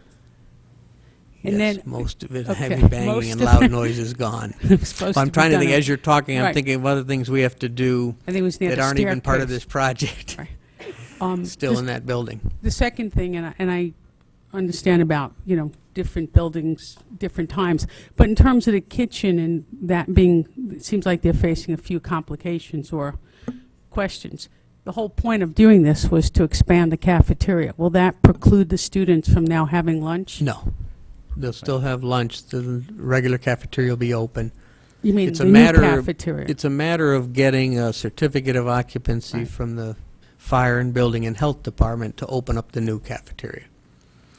So will That's we the have issue. that on It's by not next a matter Thursday? of the contractor not finishing, he's got some masonry to do or the roof. It has nothing to do with that. It's a matter of getting all of the legal building, fire, and health department issues met for a certificate of Oh, no, they're occupancy. pretty strict about that in this town. So will that be done by next Thursday? Because the students are going on a new schedule. Yes, Which we're- includes lunch. Yes.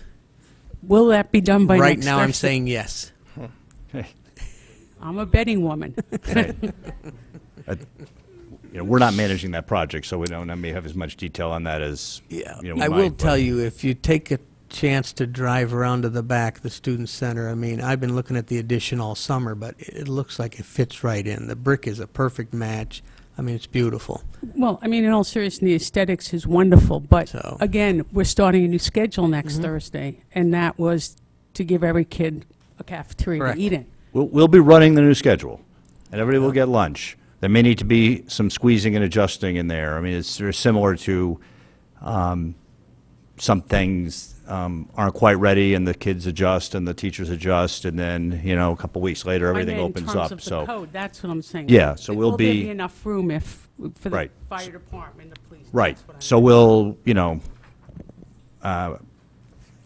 the headmaster has been working on that, and we're going to be off to the races and running on the first day with the new schedule. Question, what issues are you alluding to with the cafeteria? I don't have the list from the fire marshal and building inspector, but Sal Morabito's on top of it, Wicklow Bain, and there's some concerns because when they come through and walk through, it's normally a list. It could be 7 or 8 pages. They come the following week, it goes down to 3 pages. They come the next week, it's down to 4 or 5 items, and it depends on those few items. Certainly if it's sprinkler related, fire alarm related, they're not going to sign off. If they're simple door latches and things, then they can give a temporary C of O.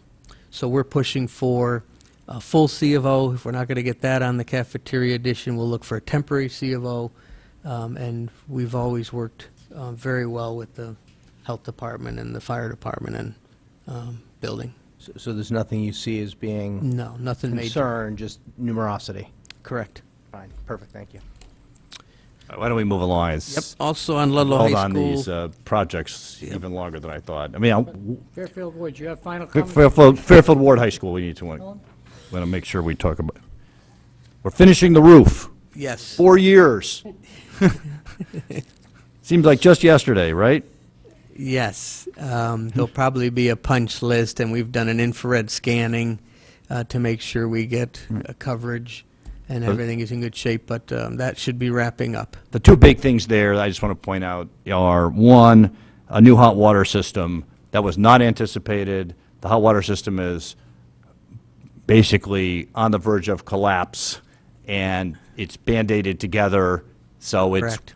barely working, but we had to make a decision to replace that, and that's an unanticipated expenditure. So when these other little pots of money, when we save 10,000 here, 15,000 there, we bring all that together, and we're going to have to put it into the Ward High School boiler, hot water system. Correct. It's going to be costly because the old hot water system is still sitting there covered with asbestos. It's a 650-gallon tank. The old boilers used to heat the hot water, store a volume of water, and then as the school needed it, they drew from it. That's a very antiquated system. But when it was abandoned many years ago in the 80s, we need to remove that to make room to even put a new system in. The existing system is 21 years old. Contractors that have looked at it and engineers have told us if you get 15 years, you're lucky. So we got the life out of the system, but it is being Band-Aided, and we need new hot water. Now, there's a separate hot water system for the kitchen for Ward and the restaurant and ECC. So this is hot water for bathrooms, showers, and the nurses area. Not real critical, but we still want to. And the other provide hot last thing water. is, because this is very important to people in the public, we are rebuilding the baseball infield. Correct. Okay. Make sure people know that. So Yep, the that's baseball gonna team doesn't help send the us 20 town. emails on it. Okay. Yep, and, yes, both high schools. And then the remaining pages, Walter Fitzgerald campus, a few minor items, and some things at central office. Mr. Constantino. There's an issue with Sherman on a well, on water at Sherman?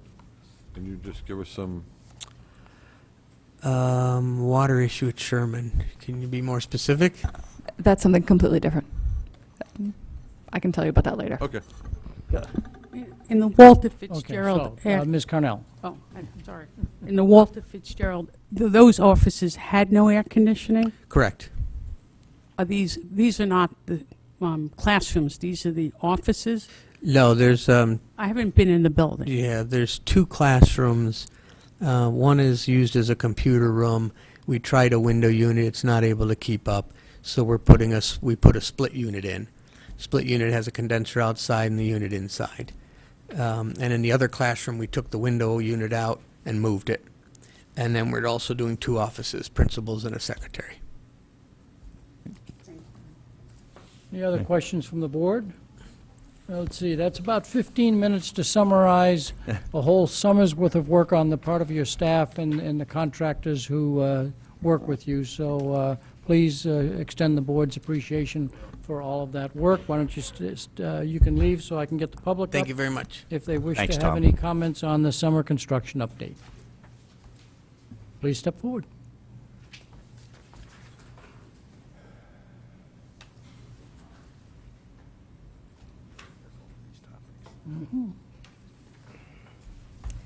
Lisa Davy, Fairfield, Connecticut. I just had a question. I thought we rented the facilities for Walter Fitzgerald. Do we own that building? We rented. So why would we be spending money on fixing things? As you know, members of the public make comments, but the board doesn't try and get Right. into a back and And forth dialogue. I don't disagree. But It's it may- just it may nice to hear relate that to, we've uh, actually been heard, Yeah, Mr. it may be Dwyer. it may relate to lease requirements, that's all. Okay, because that's what I Yes. would also It's ask in the about. lease. But please I would continue. also ask about central office, that, Right. you know, we spend money on a building that we don't own. The other thing is, I We will do own say- this building. The whole building? Yeah. We own this floor. Ah. All the space is owned by the town. I wasn't aware of that. There you go. Thank you very much. Okay. And I if I can will be helpful, say I will try. Please That I continue. think Mr. Cullen has done an excellent job in summarizing everything, and it seems that we've done an excellent job on all the projects going on. And I would ask just one favor, which was a big bone of contention last year, which is because of all the construction at a lot of the schools, we had asked for signs to be put up at all the schools that said that there is no overnight parking. And because of a lot of the construction, those signs are gone. So I just, as a reminder, that they be put back where they belong when construction is completed. Thank you. Thank you. On any other members of the public on this topic? If I see nobody coming forward, racial imbalance update. This will be very quick. So I think we sent you the letter on it, but I don't know that the public is generally aware. So when I was out, we got a letter that said that McKinley School is out of compliance with respect to racial imbalance, and that the commissioner was asking the board to bring a revised plan back to the State Board of Education in September. That was the original letter that I think you saw sometime in mid-June. When I got back, I called up and said, well, that's a completely unrealistic timeline. We have a lot of work to do. At the absolute minimum, I need until April of 2016. It involves a lot of work. Will probably involve a bunch of study, probably some consulting work, to see what are the options to address this issue. And we received a favorable reply to that, which I believe the board got at some point over the summer, which basically said we would like to see a board come up with a new plan for the April State Board of Education meeting. You will see this on our list of initiatives this year, although it's not in the district improvement plan. As always, there are things that have to happen that the district improvement plan can't consider. It's a major undertaking, and so it's also possible, depending on how far we get with this, if the board does not approve a revised racial imbalance plan in time for the April meeting, I will then send a letter to that effect and say we need more time, and we could conceivably get more time, but that won't be looked upon quite as favorably as the first request. So we will target that for our work this year. Part of this work necessarily involves the possibility of redistricting to achieve this. They're basically,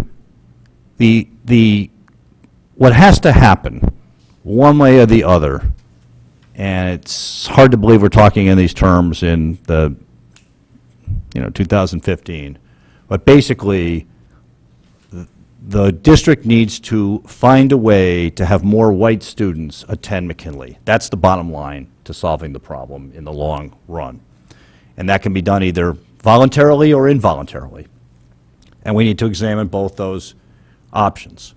And in fact, this is why I'm in discussions, negotiations now with a consultant who has expertise in this and is very well respected at the state and is the one that CES recommends. And it could be, so either way, because of racial imbalance, I need to get somebody in here to really do this work, because if you're going to come up with a proposed solution to racial imbalance, it needs to be one that isn't going to fall apart in 2 years. And so it also ties into looking at enrollment projections and enrollment projections by race and ethnicity. It's very complicated work. However, I think it's work that we're going to have to do because of racial imbalance, but I really believe there is going to be a residual value that potentially can be used by the redistricting committee that was just formed here.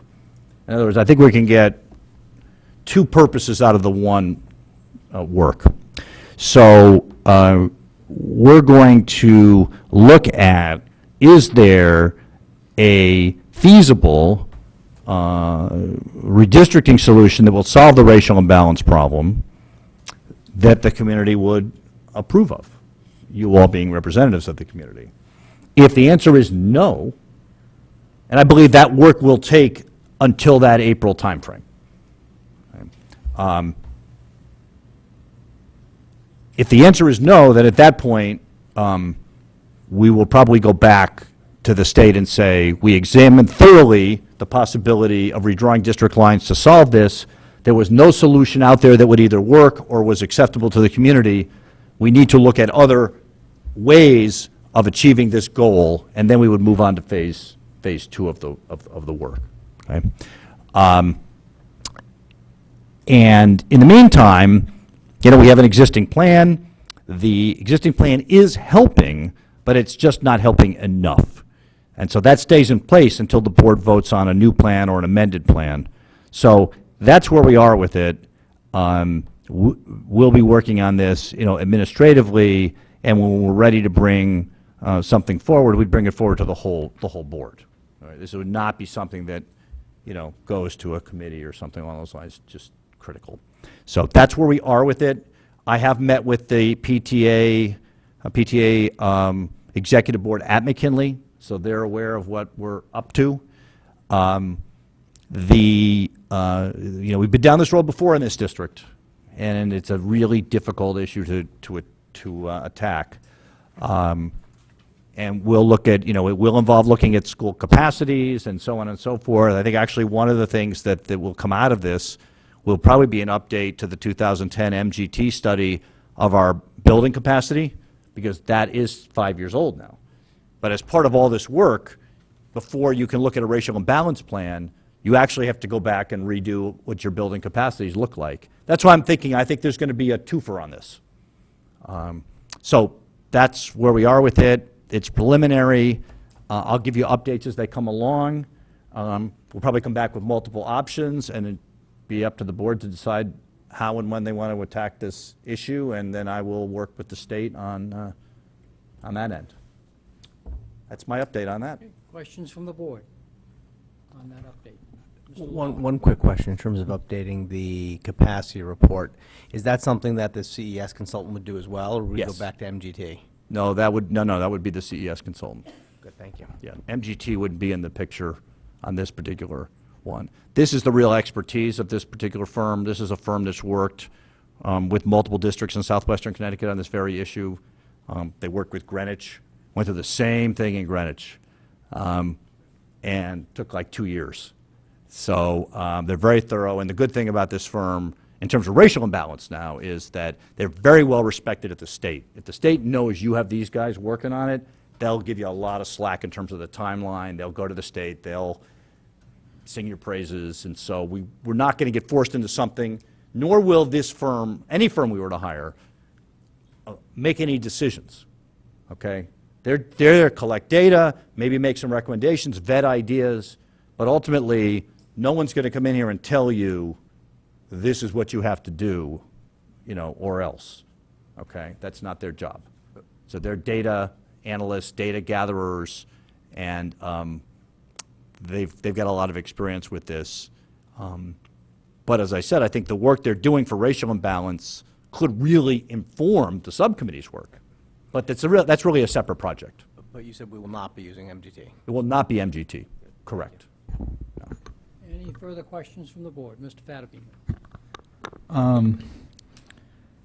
In the letter from the Commissioner of Education, State Commissioner of Education, it indicated that the Fairfield Board of Education would need additional time to engage the community in a discussion regarding a more effective solution for racial imbalance at the school. Does the Board of Ed envision have any specially scheduled meetings in which we can engage the community to determine and discuss a more effective solution? That's up to you all. I mean, Well, that's yeah. my question. I mean, I think that we would, I think anytime a district goes, I'll just put this generally, anytime a district goes through this, multiple opportunities for public input, either into this, into the content is appropriate. But I also think that they should be separate Well, my concern is the basis for meetings the extension. as opposed to something on a regular agenda. So well before any recommendation were to come back. That's what I mean by there could be ideas that will solve the problem that the community would not stand for, let's put it bluntly. Well, the basis for the extension was the indication that the Board of Education would need additional time to engage the community. So I would like to think if we were making, we So I'll need that comment, and time. then Ms. Maxon Kennelly, Mrs. Maxon Kennelly. We instituted the town meeting format of board meetings, held 2 of them, one of them targeted on the district improvement plan. I could very easily see a town meeting format that highlighted this particular issue as a way to have back and forth dialogue on the status of wherever the planning and process is. So I could see this would fit into that, but I'm sure that there would be other meetings done as well. Mrs. Maxon Kennelly, do you want to make a comment on that? Actually, I think that's a great idea. I hadn't thought of that, but the ad hoc committee has also, as part of their commission statement, they're making reports to the board. And so as these discussion items, those would also be public comment moments for the public to weigh in on the progress as it's going, and as well as any ad hoc committee will have public comment as part of that process. So I think there are multiple opportunities to engage the public on what's happening. I do want to point out that redistrict is only one of a number of options to solve racial imbalance. But it's one that has to be looked at if you're going to be thorough about it, and the state would expect you to look at it to be thorough about it if you were not going to go in that direction. So there's overlap with the redistricting ad hoc committee, but at the end of the day, it's really on a separate issue. a separate path. And it would need a separate discussion because at a public meeting, people might have ideas about how to solve the racial imbalance program that don't involve redistricting. And we'd want to hear what those ideas are. Right, I'm just asking for an engagement of the community Yeah. in which you can discuss effective solutions Yep, for the racial I think imbalance. it's going to happen. And I Well, think it will that's- happen. I've just asked when, Haven't got that far. if it's scheduled. That was my query. Anything else, Mr. Fattabine? The other thing that I have thought about in the past, since the pre-K program was primarily introduced to be a solution to the racial imbalance, which has not been effective now, I would think the board may at some point in time want to revisit the policy on pre-K in the district. With one of my concerns was I always had a problem with a public educational institution charging in essence, tuition for that public education.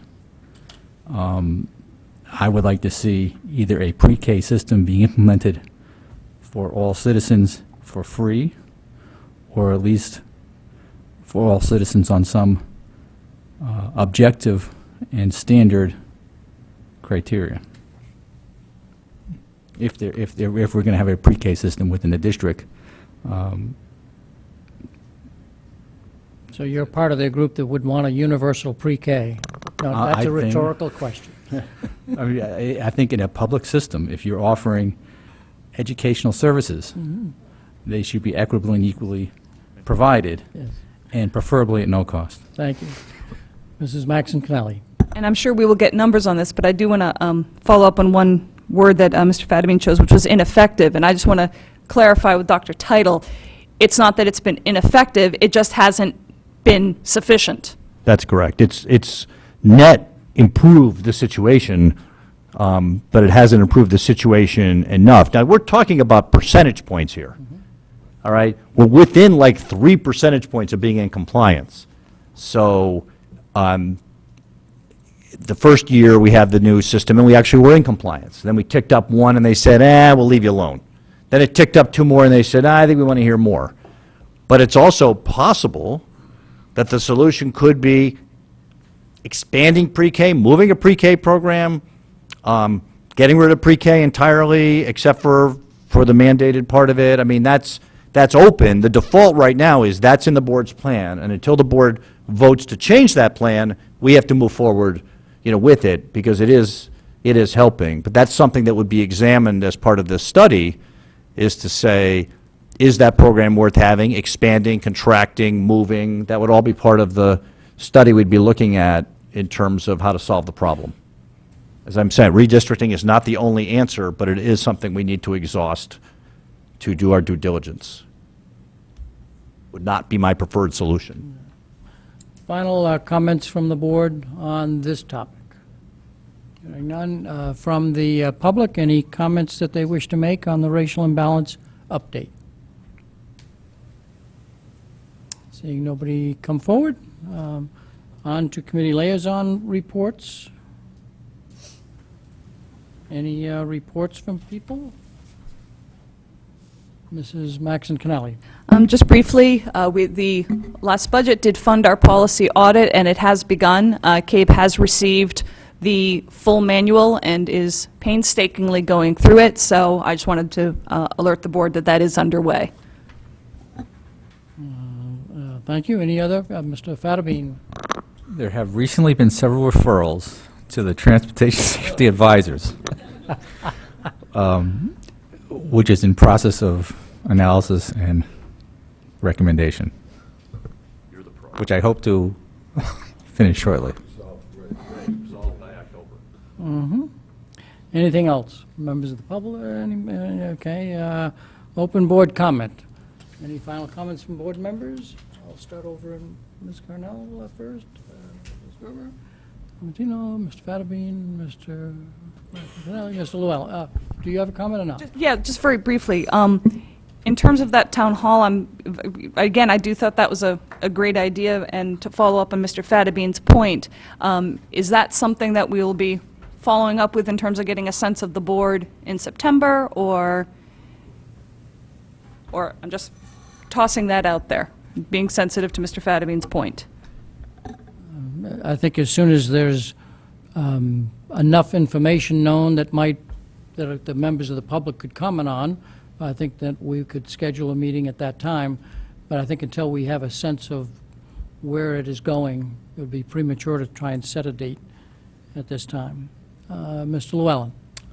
Thank you. Couple quick comments. One is in reference to an email we received today with the legal fees for 2014 and 15. And this is kind of some of the detail as to where it's been spent. But we have not quite doubled, but close to what our budget was. So the budget was, if I'm reading this correctly, $450,000. We spent $866,000, I believe. That is not all due to the labor contract. You take that out, we're still 50% above it.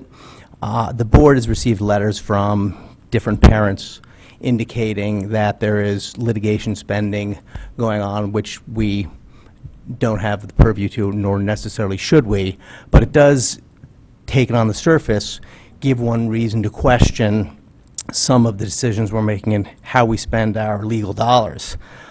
So that is just one comment I wanted to make. I think the other is, there's some FOI requests out there that are outstanding, and they've been outstanding for months. And I think that it would be good to get some of those FOIs completed.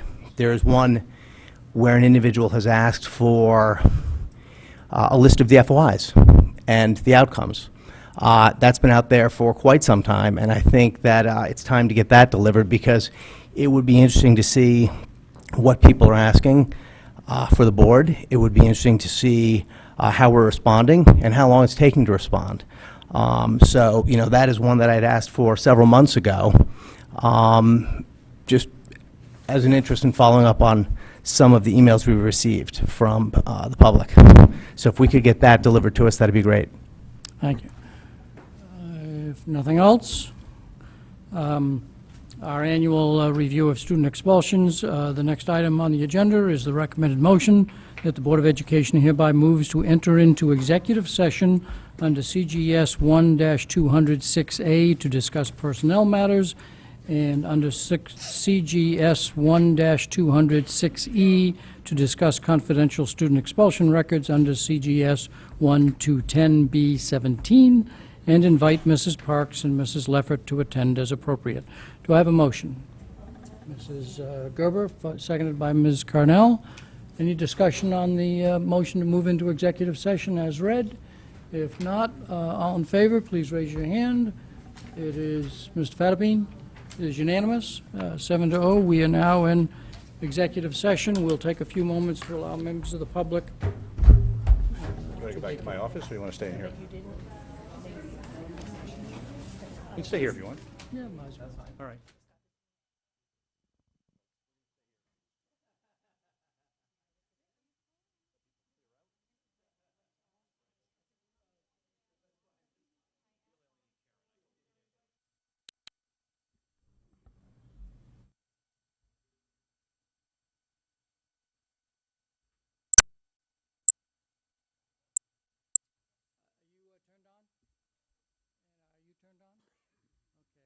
So we're back in public session for the Board of Education meeting, and do I have a motion to add an item to the agenda?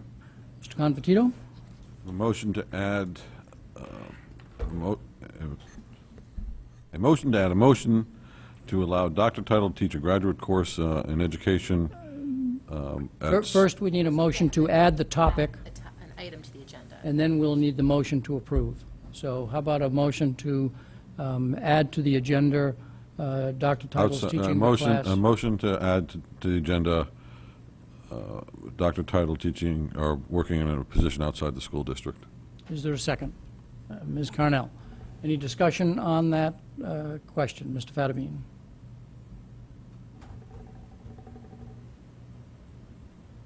Can you use the mic, please?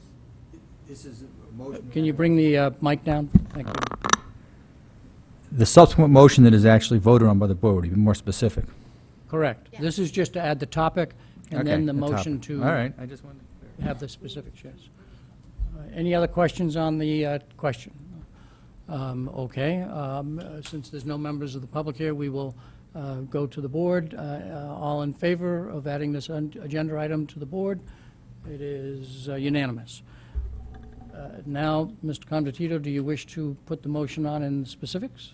Yes, Dr. Title has been approached by Sacred Heart University to teach a graduate course for the fall semester consisting of 8 Saturdays on his own time. And I would make a motion that because his contract requires permission from the board to take outside employment, my motion is that the board allow Dr. Title to accept the position at Sacred Heart University for the fall semester. Is there a second for that motion? Ms. Maxon Kennelly, is there a conversation on that motion? Mr. Fattabine, did you wish to make a comment, or now that there's a more specific motion? You don't have to, I'm just asking. motion to permit Dr. Title to teach graduate course at, was it Sacred Heart? For the fall semester. On Correct. Saturdays? Would he? All right. And I think he said there's a Friday opening or something, one Friday night. Right, one Friday night and on Saturdays. All right, I just want to make sure everyone's clear. It's a weekend, it's not during the week. Correct. That's all I Any want to other make. comments from board members That's correct. on that motion? Can I just Please point do. something out? In the event that I want to teach it in the second semester, then, I need to come back for a new motion? Correct. Okay. I'll be voting in approval, in favor of this, but so that the board understands, I'm a little uncomfortable with the concept that this board controls Dr. Title in his off hours. I think for once or twice, he might have been asked to call a game at hockey games, and they gave him an honorarium, and would this imply that if he gets an honorarium for calling a hockey game, that has to be a board agenda item? So I'm a little uncomfortable with that concept, but that's what the board wishes to do, so we will move forward. So we're done. I'd just like to make a comment No, that you just made a the comment. contract actually states in black and white, before accepting any other paid employment, the superintendent will review with the board all details of such employment and receive the board's permission to undertake such employment. Thank So you. Any other comments? we're actually going by the contract which you signed. Thank you. Any other comments? I guess the chair should not feel uncomfortable when we're complying with the contract as written, and that's the board's Well, obligation. thank you. I feel uncomfortable anyways, but that's my business, not anything else. Well, I was just going to say, to your example, one is a paid situation, that when he was calling something in a sports, it was not paid. He was paid for it. He was paid for it. Well, Paid for it. Yeah. And a literal reading of the contract might suggest, so Move to call the question. well, no, I don't think we need to move the call of question. Any other conversation?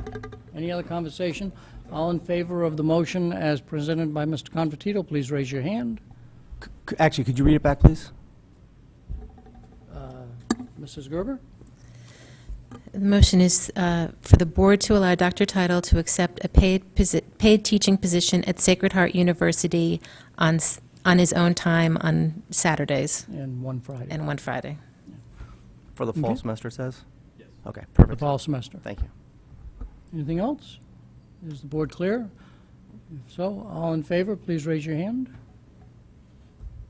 It is unanimous. Thank you very much. Now, a motion to adjourn, that the regular meeting of the Board of Education adjourn.